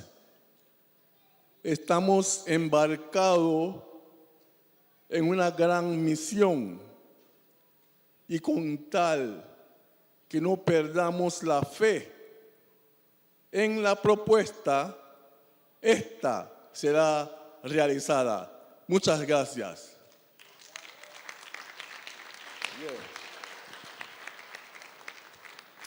Damos gracias al honorable elder Ricardo Richards. En este momento vamos a hacer pasar a los chicos del grupo Congo con unas sillas para que nos hagan una demostración de Congo antes de que hagamos el discurso final con los invitados especiales que estamos esperando.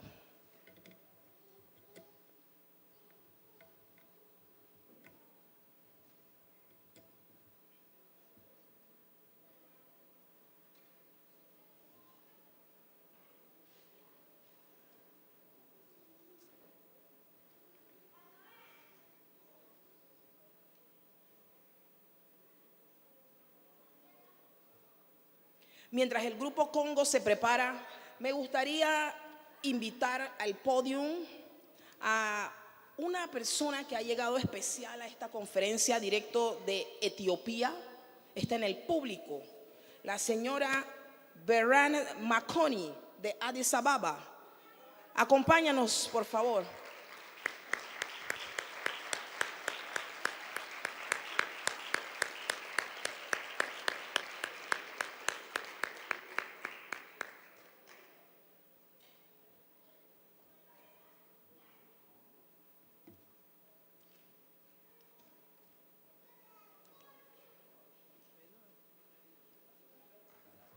momentos únicos. Selassie Jah Rastafari.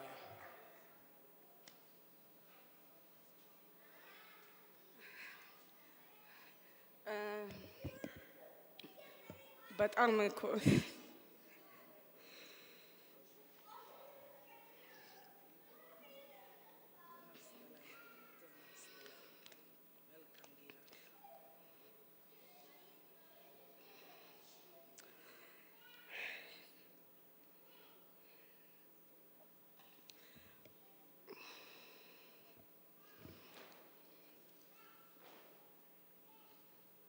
Queremos pedir disculpas, la señora está sumamente emotiva, quisiera que le demos un aplauso más.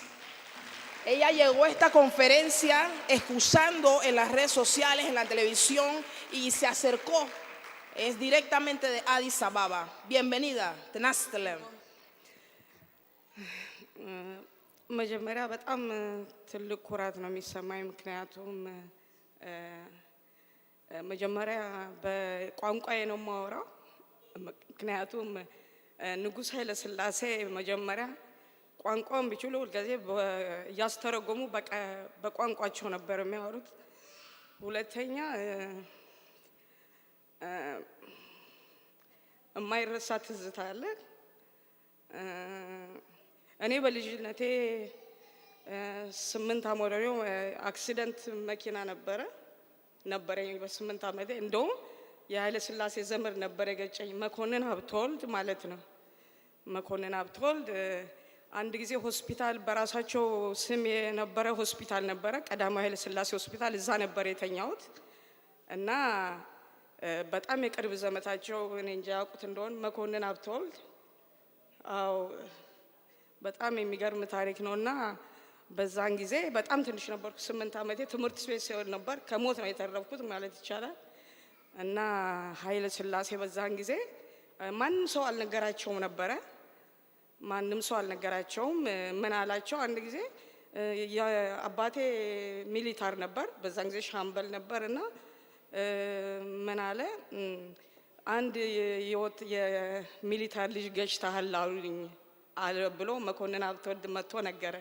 እንዴት አወቁ አላቸው አልታወቀም በምን ምክንያት እሳቸው እንዳወቁ እና አንድ ጊዜ ሆስፒታሎጄ መተው ይጠይቁሻል ተብዬ በጣም በቃ ደስታው አልቻልኩትም እንግዲህ 8 ዓመቴ ነው እና እንትን አረግ ነበር ግጥም ለመማር በቃ የእሳቸው ፍቅር የነበረን ትምህርት ቤት ሆነን የምንዘምረው በቃ የሚገርም አይነትና ግጥም እንትን አልኩና በቃ እሳቸው መቼ ነው የሚመጡ ያልኩት ቸኩዬ በአፕስቴር እየወረድኩ ወጥቼ ጊዜ አምልጠውኛል እሳቸው መተው እኔ በጣም የሚገርም ታሪክ ነውና እንደዛ አይነት ነው በእኛ ትምህርት ቤት ውስጥ ለን በጣም ትልቅ ክብር ነበር የሚሰማን በእሳቸው ምክንያት የምንዘፍንላቸው ዘፈን በየእሳቸውን ስም እያነሳን ነበር ትምህርት ቤት ሆነን ማለት ነው እና የናቴ አባቴ ፍቅር የናቴ በተለይ የነበረው ፍቅር በቃ እሳቸው በሚናገሩ ጊዜ እንዴት እንደሚሆነው በጣም ትልቅ ፍቅር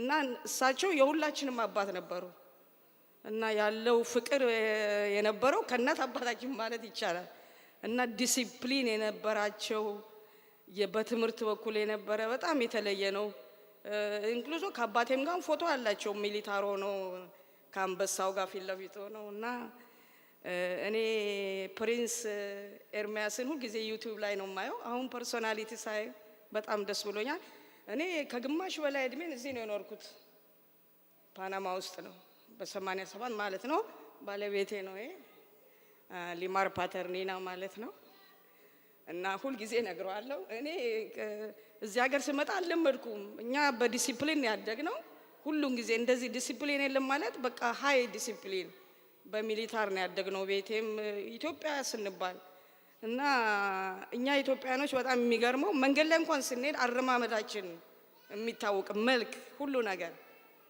እና በጣም ልዩ ህዝብ እንደሆነን በቃ እኔ ከፍ ያለን እንደሆነን በጣም የሚገርመኛል እና እኔ ይሄንን የሰማሁት ትናንትና ነው ስራ ሰራለሁ እስከ ዓርብ ነው ቅዳሜ ሆኜ ሰርተበ ማለት ሳይ ጊዜ የእርሶን ፎቶ አየሁኝ አይ መሄድ አለብኝ አልኩት ማወቅ አለብኝ እና ኢንተርቪው ሁል ጊዜ እሰማለሁ እና በጣም ትልቅ ኩራት ነው በእውነት ወንድሜም ነግሬዋለሁ ኢትዮጵያ አሁን በቅርብ ጊዜም ኢትዮጵያ ሄዳለሁ አሁን እንደዛ ነው እና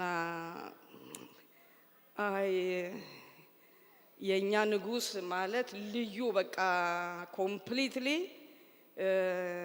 እኔ በጣም ትዝ የሚለኝ ሰው እንኳን በፕሌን ተሻግሮ ሲሄድ አለማመዳችሁን አበላላችሁን እንደኛ በእጅ ስለምንበላ ማንኪያውን እንደዚህ አድርጋ ምናምን የሚሉ በጣም የሚገርም ፕራውድና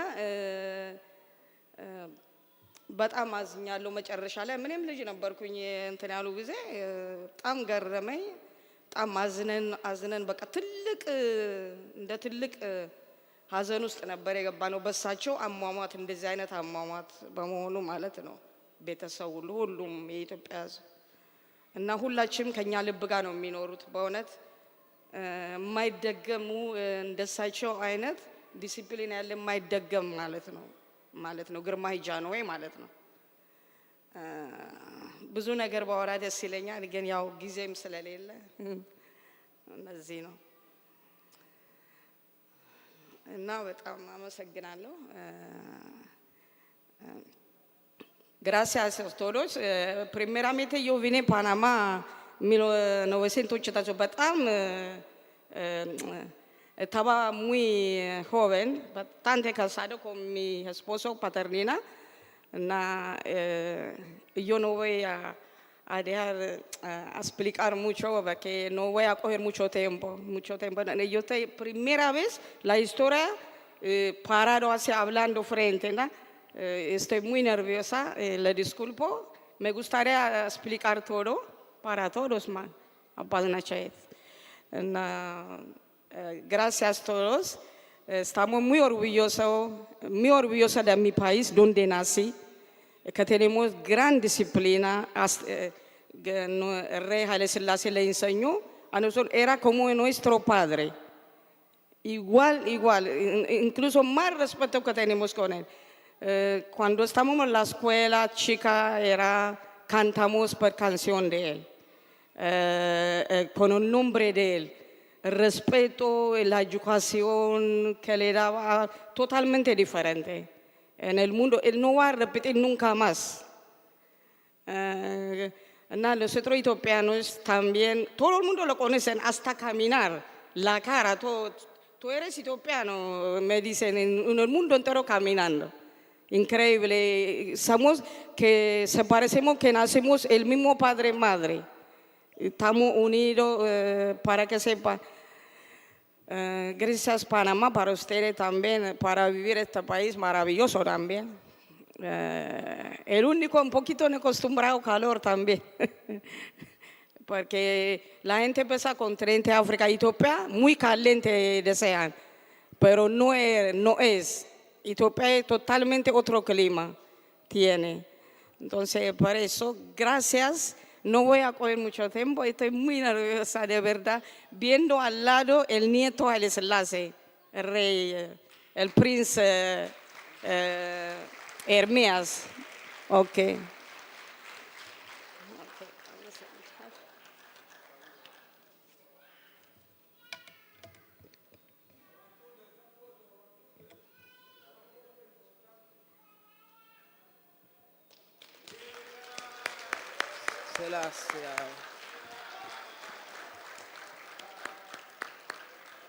Muchísimas gracias por la intervención de nuestra hermana de Etiopía.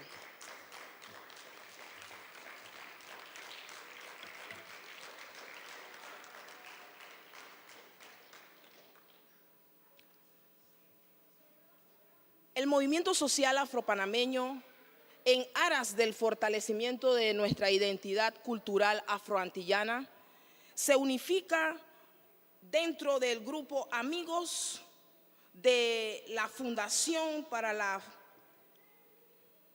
Fuerza de la Cultura y de las Etnias, Comité de Amigos, Fundación Plaza de la Cultura y las Etnias, con el honorable señor Clarence George y el honorable señor Cedric. Me gustaría que todos ustedes, luego que finalicemos esta conferencia, nos pongamos en orden y nos dirijamos hacia la Plaza de las Etnias, donde tenemos la estatua del honorable profeta, filósofo y padre del panafricanismo, Marcus Mosiah Garvey. El momento cumbre se acerca. Falta poco para escuchar las palabras de Su Majestad, Su Alteza Imperial, el Príncipe Hermías Saleh Selassie, en pro de toda la diáspora. Escuchemos la interpretación del Grupo Cultural Congo de Mama Ari de Portobelo. Un aplauso.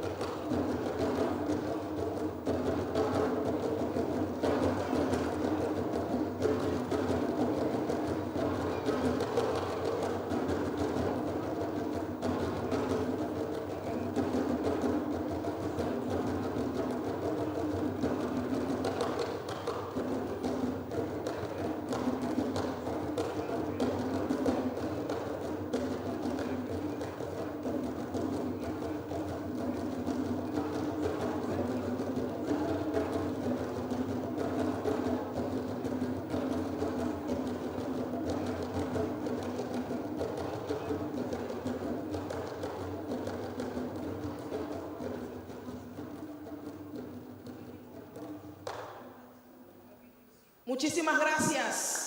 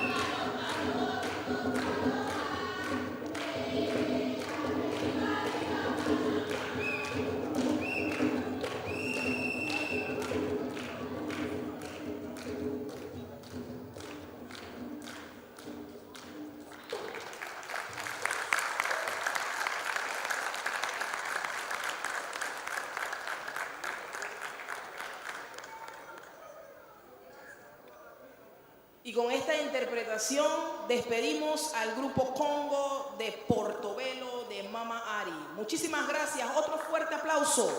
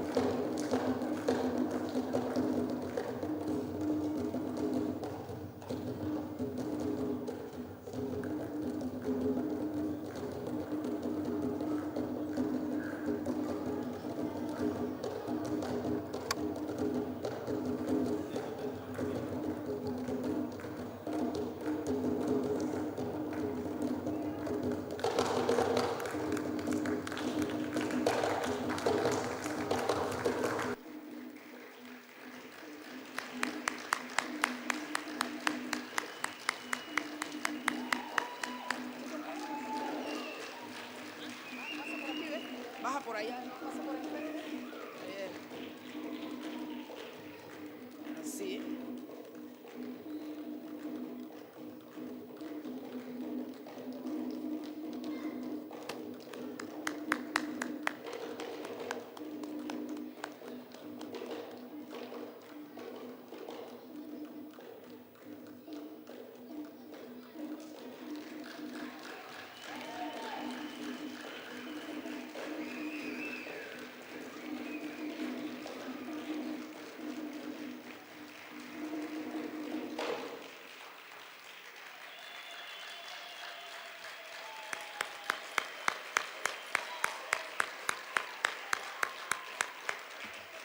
Mama Ari y los Congos de Portobelo.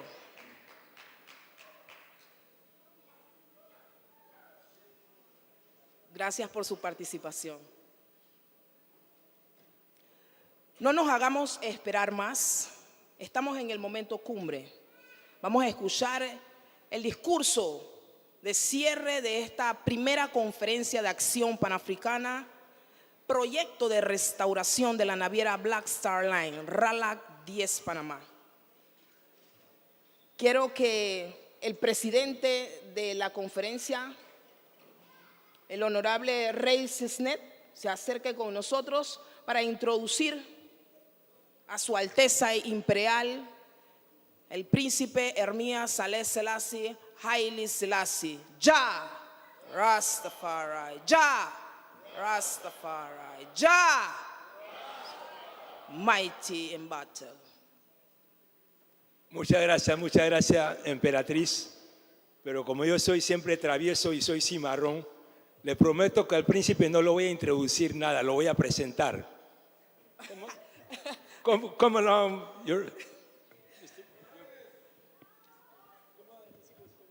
Bless His Highness, His Imperial Highness. It's the honor for us to receive. I don't have words. The mic is yours. Thank you. Good morning. How appropriate it is that we gathered today at the South American Parliament, and we're grateful for them to have offered us this space. We're also grateful to the Panamanian government, represented by Her Excellency the Foreign Minister, and more importantly, all of you. That's what makes this so special. Of course, at the core of it is the Rastafarian movement that I've always said that they're the ones who have kept the values and teachings of His Majesty alive, that they have flown our flags high and kept the values of Ethiopianism and Ethiopia around the world. So for that, we're eternally grateful. Today, the Rastafarian movement is a global movement. It's not bound by race, language, philosophy. It's all embracing as it challenges the world, moving forward to embrace the teachings of unity, love, tolerance, and righteousness. This, despite the fact they have been very much on the receiving end of a brutal history of oppression and marginalization, but that has not kept them down. They keep moving forward. And today, how appropriate it is to celebrate Marcus Garvey. We come back full circle because how better way to celebrate his life and his legacy but by restarting his work. So we have a lot to discuss, but much more to do. So I thank you all, and it's been a long day, so I'll save my formal speech for another time. Thank you so much.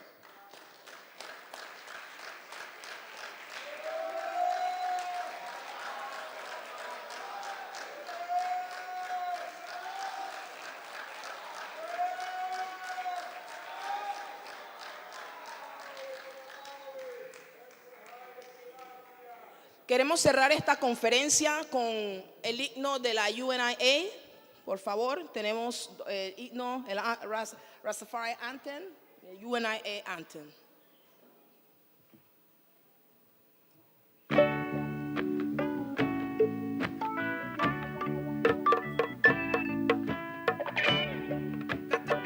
Land of Ethiopia,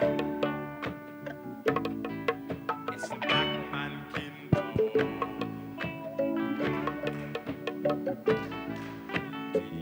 Ethiopia, the land of our fathers. Así es, rindiendo bien. The land where our gods long to be.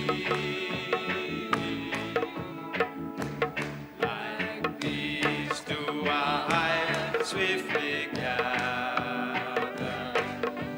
children are gathered to thee, with red, gold, and green floating o'er us, and our emperor to shield us from wrong. With our hope and our future before us, we hail and we chant and we sing.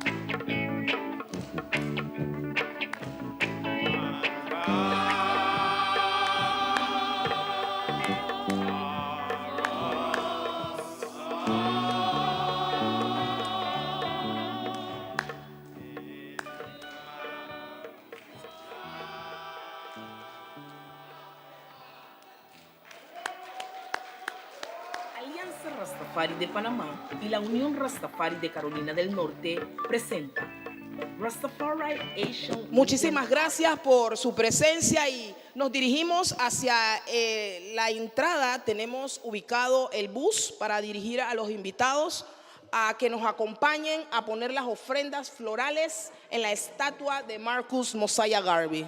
La alfombra roja nos espera. Gracias por su presencia.